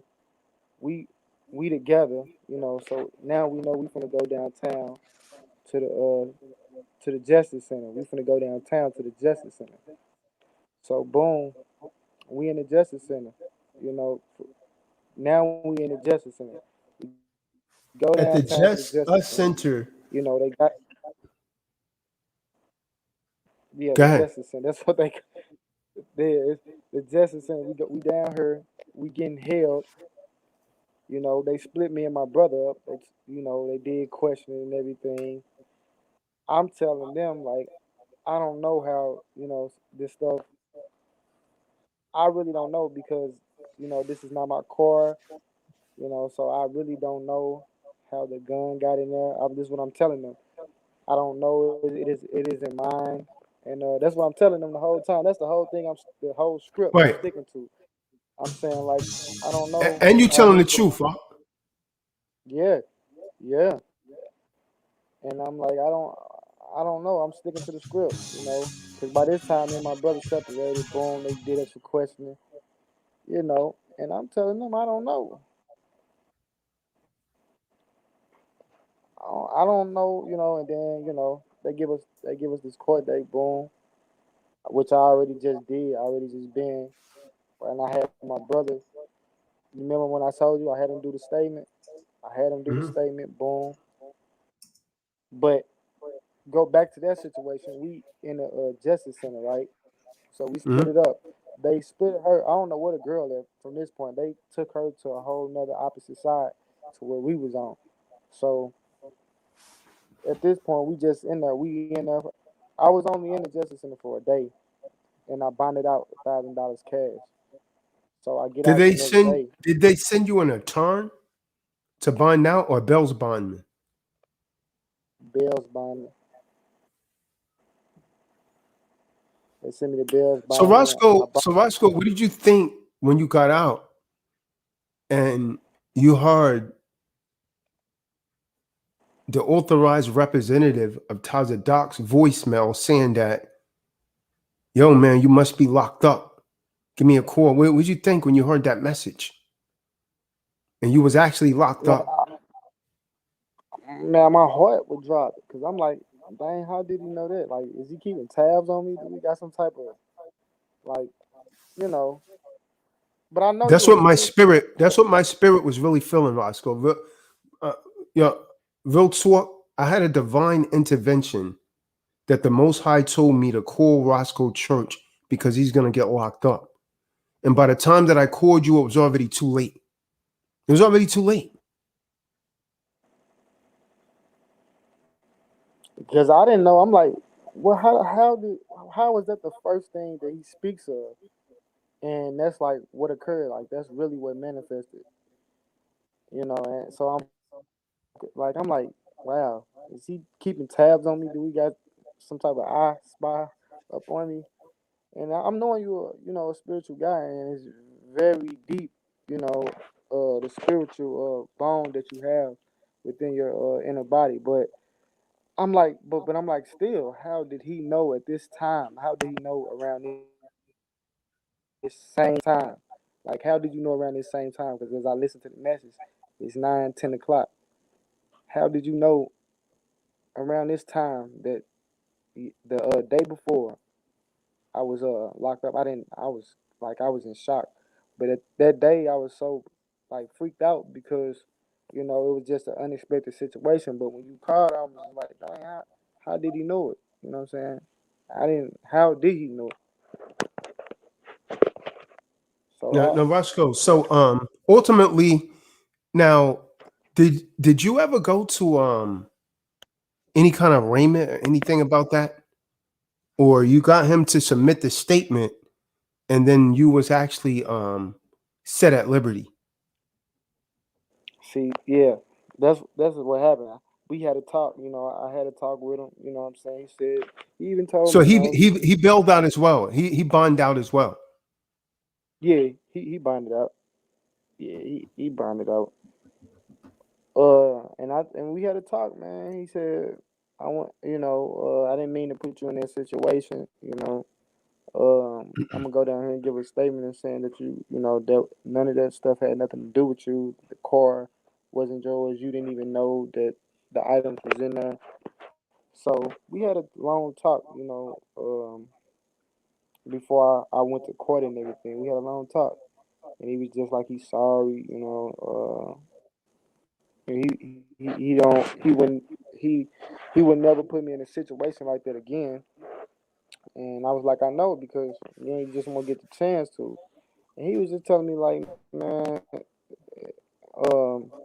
that's a dumb decision by him and everything like that. And I was just like, yeah, man, because shoot, if I would have went down, you know, then what?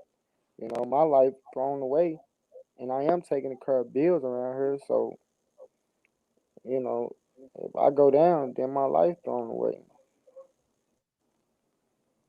Yeah, let me ask you this, Roscoe. Now, you said you went to court. You said you went to court, Yeah, I did. Roscoe? Yeah. So when you went to court, was that to trial or was it just an arraignment? Did you meet with a robe? You know they doing the video thing now. Oh, all right. So you How did they it going, online. but All they right, got like a little video. all right. Yeah. So did you go before a road or district attorney?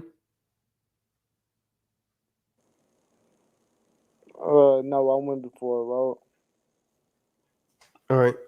I went And before a so when road. you went before the road, did he already have the statement? How did your brother submit the statement into the record? He had already went down there. I think that was like he had because my court day was around the evening time. He did that earlier in the day. All He right. did that earlier in the day. So So it was already. when you talk to this road, Roscoe, right? After your brother had provided the statement, what exactly did he say to you? Well, the road told me, well, we have a statement here, uh, from one of your partners that you were in action. Just one second.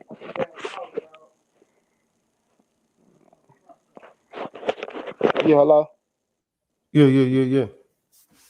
Nah, it was my background, but yeah, he had already told me like we have a statement, basically pretty much just to make it short, we have a statement saying that that that none of the items that was in the car, were yours. He basically was saying that basically like the statement says that you were totally innocent, basically saying that like you had no idea, that the items and the product that was about the product that was in the car. He was basically telling me you had Right. no idea. He was basically reading a statement out to me, basically saying that the statement was saying that you had no idea that the item and the product was in the car. So, uh, with that being said, we're gonna have to drop the charges filed against you. You know what I'm saying?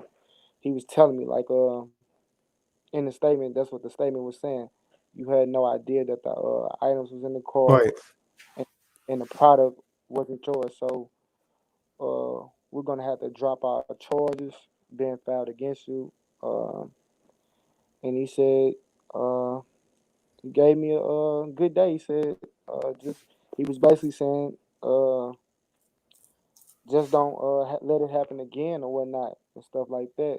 And I should watch who I hang around and watch my environment that I'm around, the people that I'm around.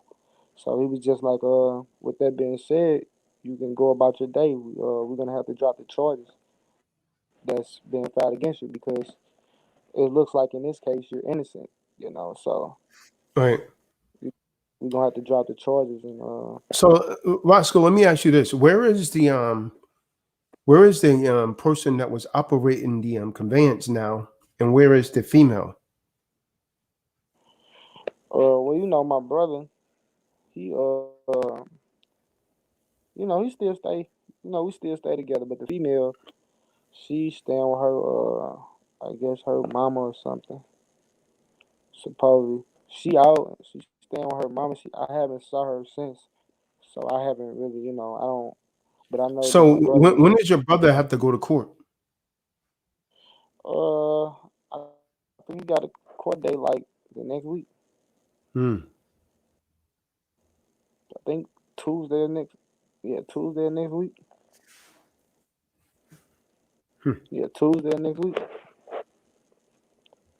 It's pretty close, man. What about her? You know when her court date is? No, Has he been in trouble I actually didn't before, even. Roscoe? Yeah, for minor things, assault. Yeah. I hate to say it, Roscoe. He's probably looking at something, man. Especially not knowing how to move in the system. He's probably looking at some serious time here, man.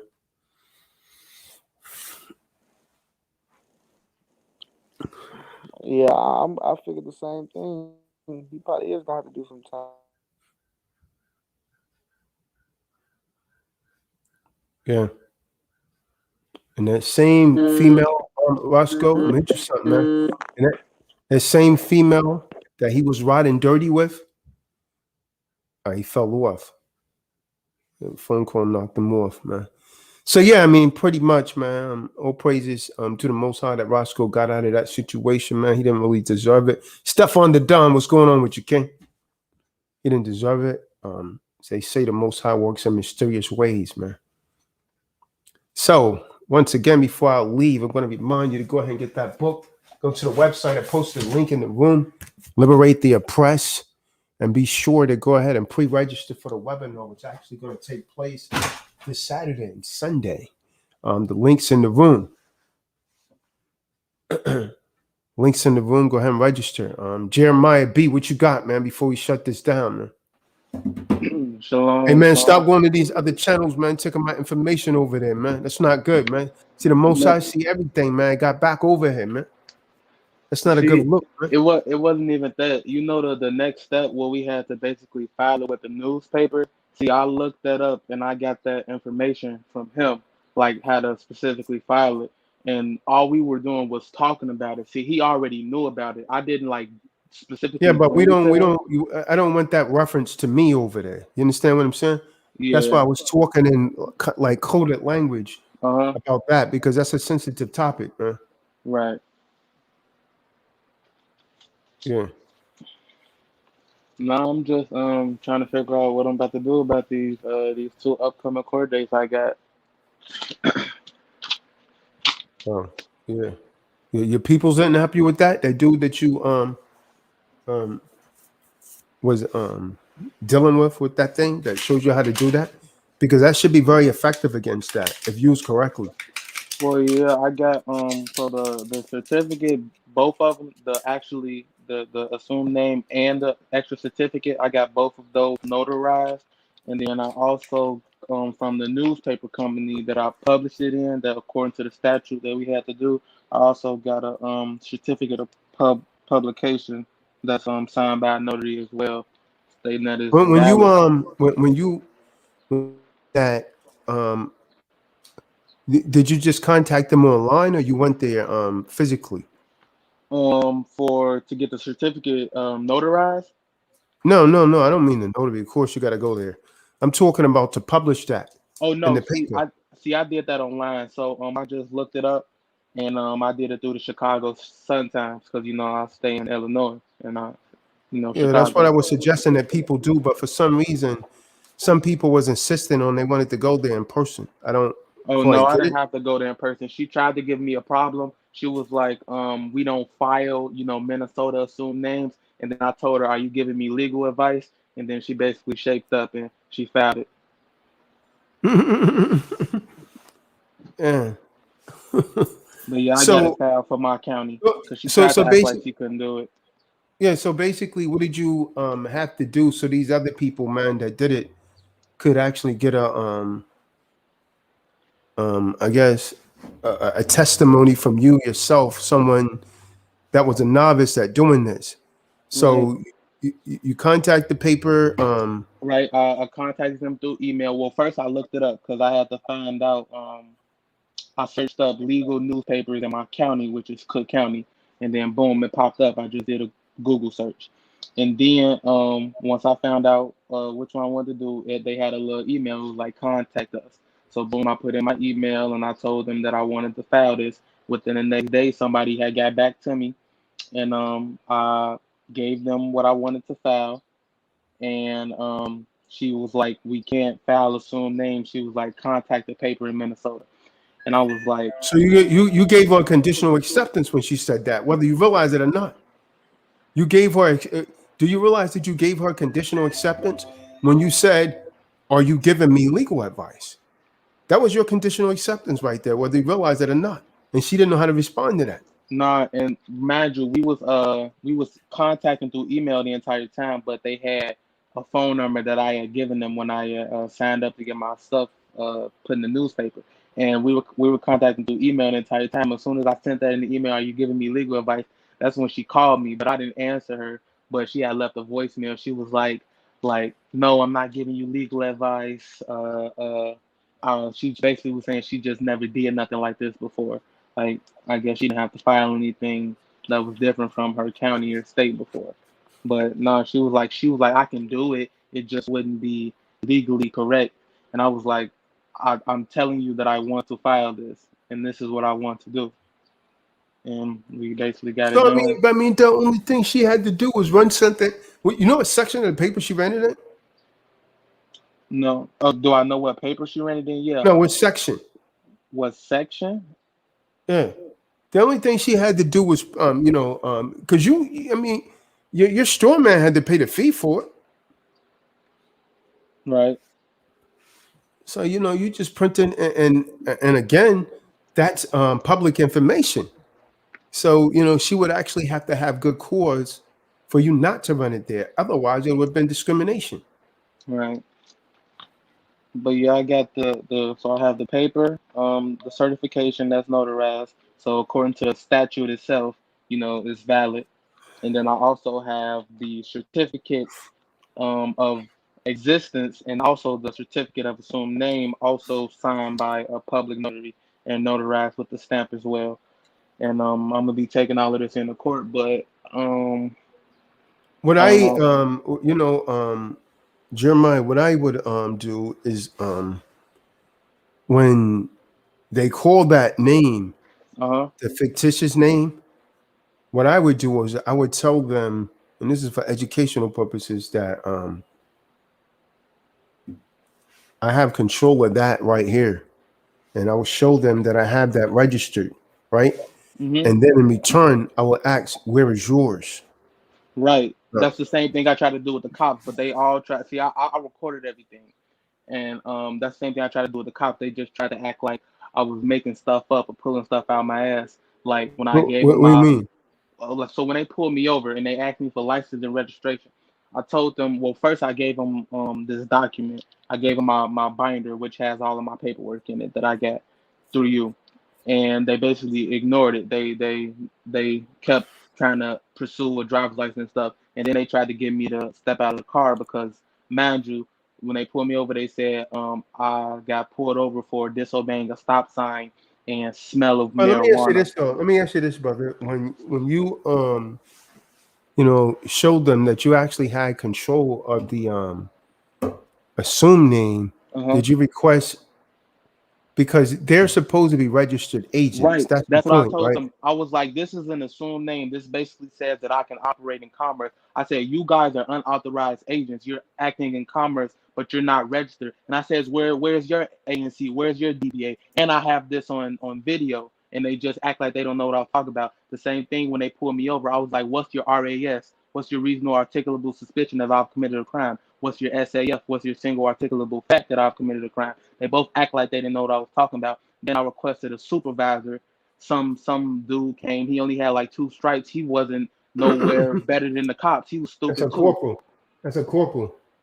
He was nowhere better than the cops I was dealing with. And then basically they reached into my vehicle. They unlocked the car. They took my seatbelt off. All of this, I just got my hands up. I didn't agree. I didn't consent to any of this. I'm just recording it, the whole thing. And they arrested me. And I was locked up for like 3 hours before they even told me why I was arrested, because they didn't have anything. They had to go make up some shit. I'm like, why am I being arrested? Nobody is telling me anything. They all just went quiet once they put me in cuffs. And then I was traveling with 3 other guests, and they basically let them go, but they like searched my entire car and impounded it. So then when I got out, 2 days, I had to pay them, the police department, $500 just to get the release form for the tow company. Then I had to go back to the tow company and pay them another $500 just to get the car out.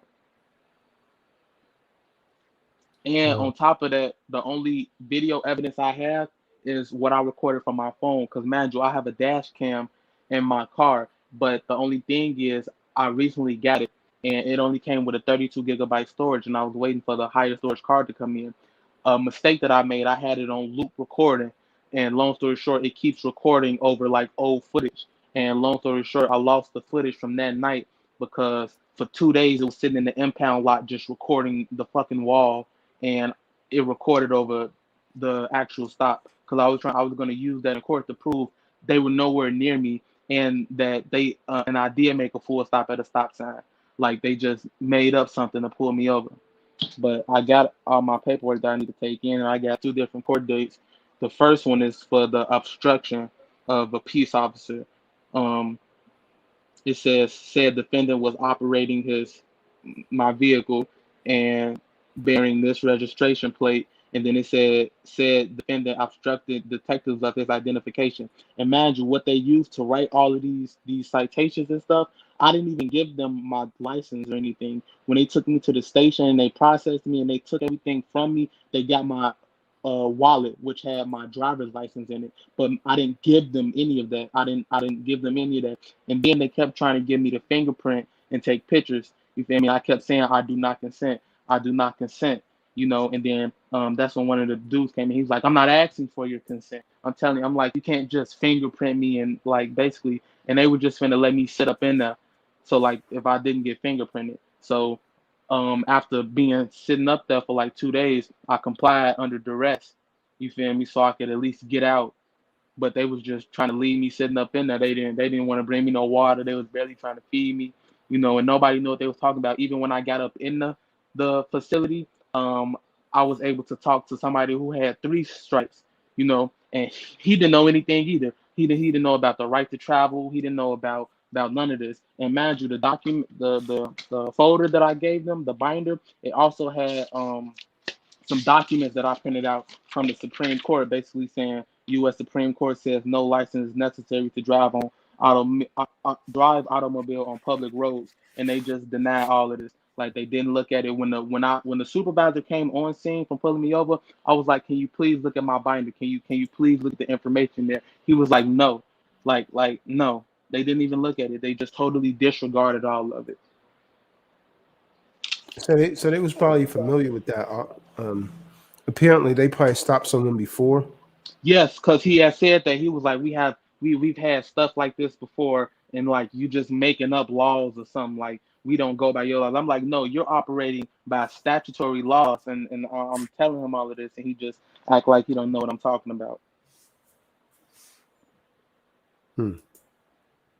But yeah, I got 2 court dates. One is for the obstruction of identification on June 26th, and that was 1 citation. Then they added on 4 more. I have a second court date on July 15th. Obstruction of identification. What are they suggesting that charge is coming from? Literally, I don't even understand where it says offense committed. It says violation of vehicle impoundment, which doesn't make sense to me. Then it says in that described actions. So it says defendant was operating his car type, which is a black 2004 Ford Taurus, and then it says bearing Illinois registration, the license plate, because I'm still waiting on my private plate to come in the mail. So I'm still traveling around with Caesar's plate on the back of my car. So it says bearing license, registration, boom, boom, boom, my license plate number. And then it says said defendant obstructed detective of his identification. Like this whole thing, it doesn't even make sense to me. But I have a court date for this. A violation of vehicle impoundment. It doesn't make any sense. And then this charge, whatever it is, it's like a their thing, because like this piece of paper is different from all the other ones. All these pieces of paper that they gave me, it has the Illinois compiled statutes, and then I was able to look it up because I got the Illinois criminal and traffic law manual, which is basically all the statutes that they use in Illinois. So I was able to look up all of these other things that they charged me with, but this doesn't even make sense to me at all. And then the other 4 citations that I have for the 15th is for disobey stop sign. It says possession of adult use cannabis in motor vehicle. It says operating uninsured motor vehicle and operating vehicle with expired registration. When I was trying to tell them I wasn't driving in the first place, I was traveling. I was like, I'm going from point A to point B. I have the right to travel unencumbered. And they just act like they didn't know what I was talking about. And like I said, he pulled me out of my car and arrested me and didn't even tell me why until I was locked up for 3 hours. All right. So that obstruction of the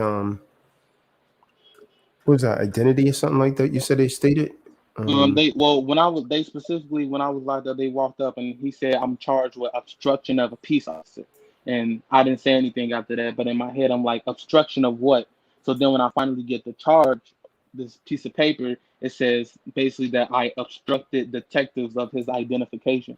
First of all, what crime did I prove? Why do I have to identify myself? I don't have to identify myself just because you pulled up and alleged that I disobeyed a stop sign. And then when I tried to give you my proper, my paperwork, which is my ANC, you just denied it and act like you didn't know what it was. And didn't even look at it. And then another thing, when I was locked up, the people so stupid.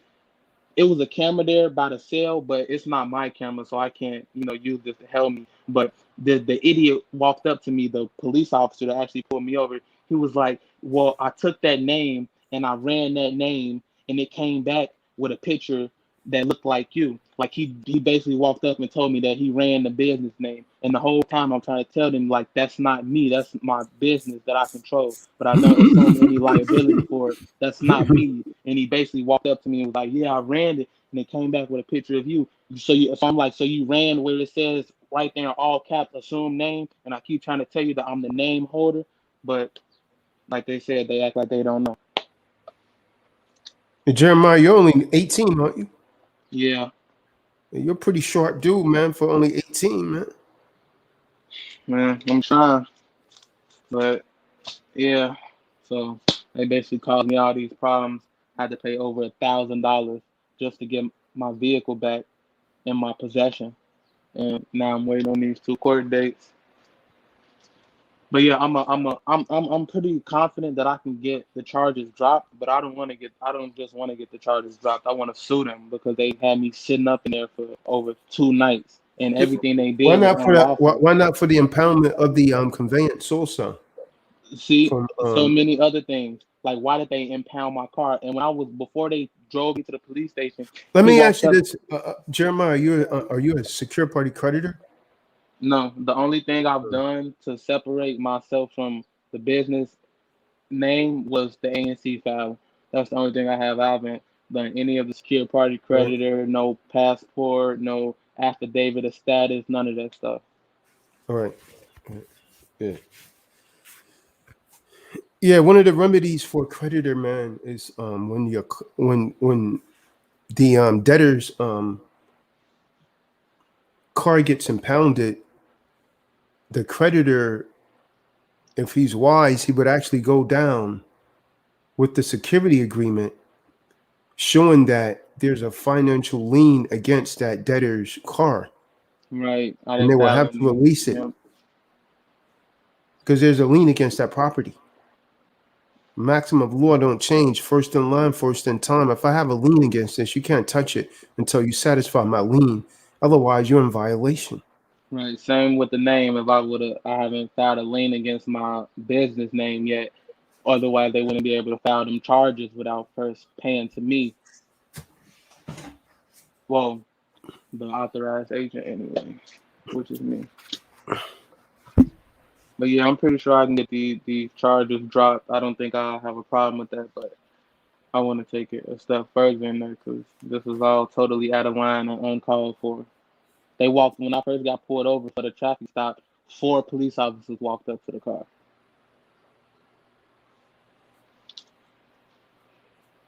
Like they totally overdid their part and added all this extra stuff. Like with expired registration and insurance. I don't even have to have that, nor do I have to show it to you unless I'm operating in commerce.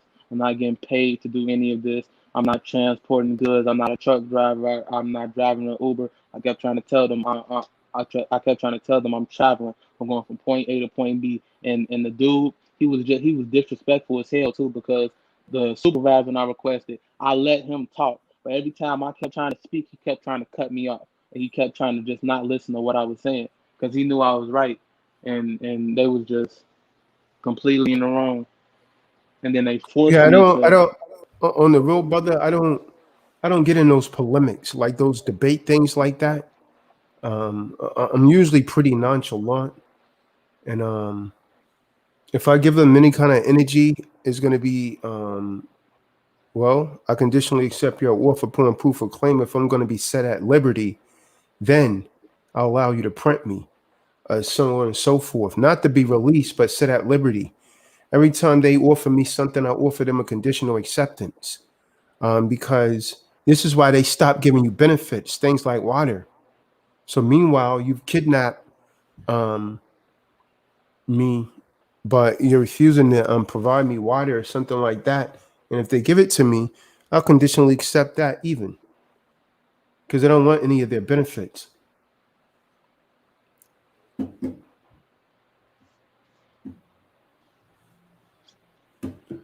But I'm about to shut this down, man. Appreciate you, brother. I believe that you could actually get that dismissed, like everything else thrown out, just simply based on the fact that, see, this is, I'm gonna say this to you before I leave. Don't try and prove your innocence. They have to prove that you're guilty. And what I mean by that is that unless he could show evidence that you ran the stop sign, it's your word against his, that you didn't come to a complete stop. If he has that on camera in a spot where he could determine that from a certain perspective, that's the only way that that's really validated. Otherwise, it's an accusatory statement, right? It's your word against his. And so there's really no validity to it unless he could provide some sort of proof, especially if he was behind you. He could say, well, the car kept rolling. Well, prove it. I stopped. Right. I'm just mad that it recorded over my footage because I had everything on camera. My camera, it faces the interior of the car and the outside, and it has time stamps, GPS, everything, and it would have showed me coming to a complete stop. But I lost the footage on my dash cam because I wasn't able to get to my car for like 4 or 5 days, and then recorded over the footage. I still have the footage of my camera when I was talking to him, and he acting like he don't know what any of the terms I'm using come from or what they mean. But I don't have the actual footage before the stop, and I would have had the footage of them unlawfully searching my car. Right. But all right, brother, and I thank everyone for tuning in. Got a few things that I gotta take care of, man. So everyone be safe. Once again, the link to register for the webinars in the room. So is the link for the book, Liberate the Oppressed. And most high willing, man, I hope that, well, let me rephrase that. Now, I hope, it is my prayer that I see more of you Saturday for the webinar. As for now, say shalom. Shalom, King.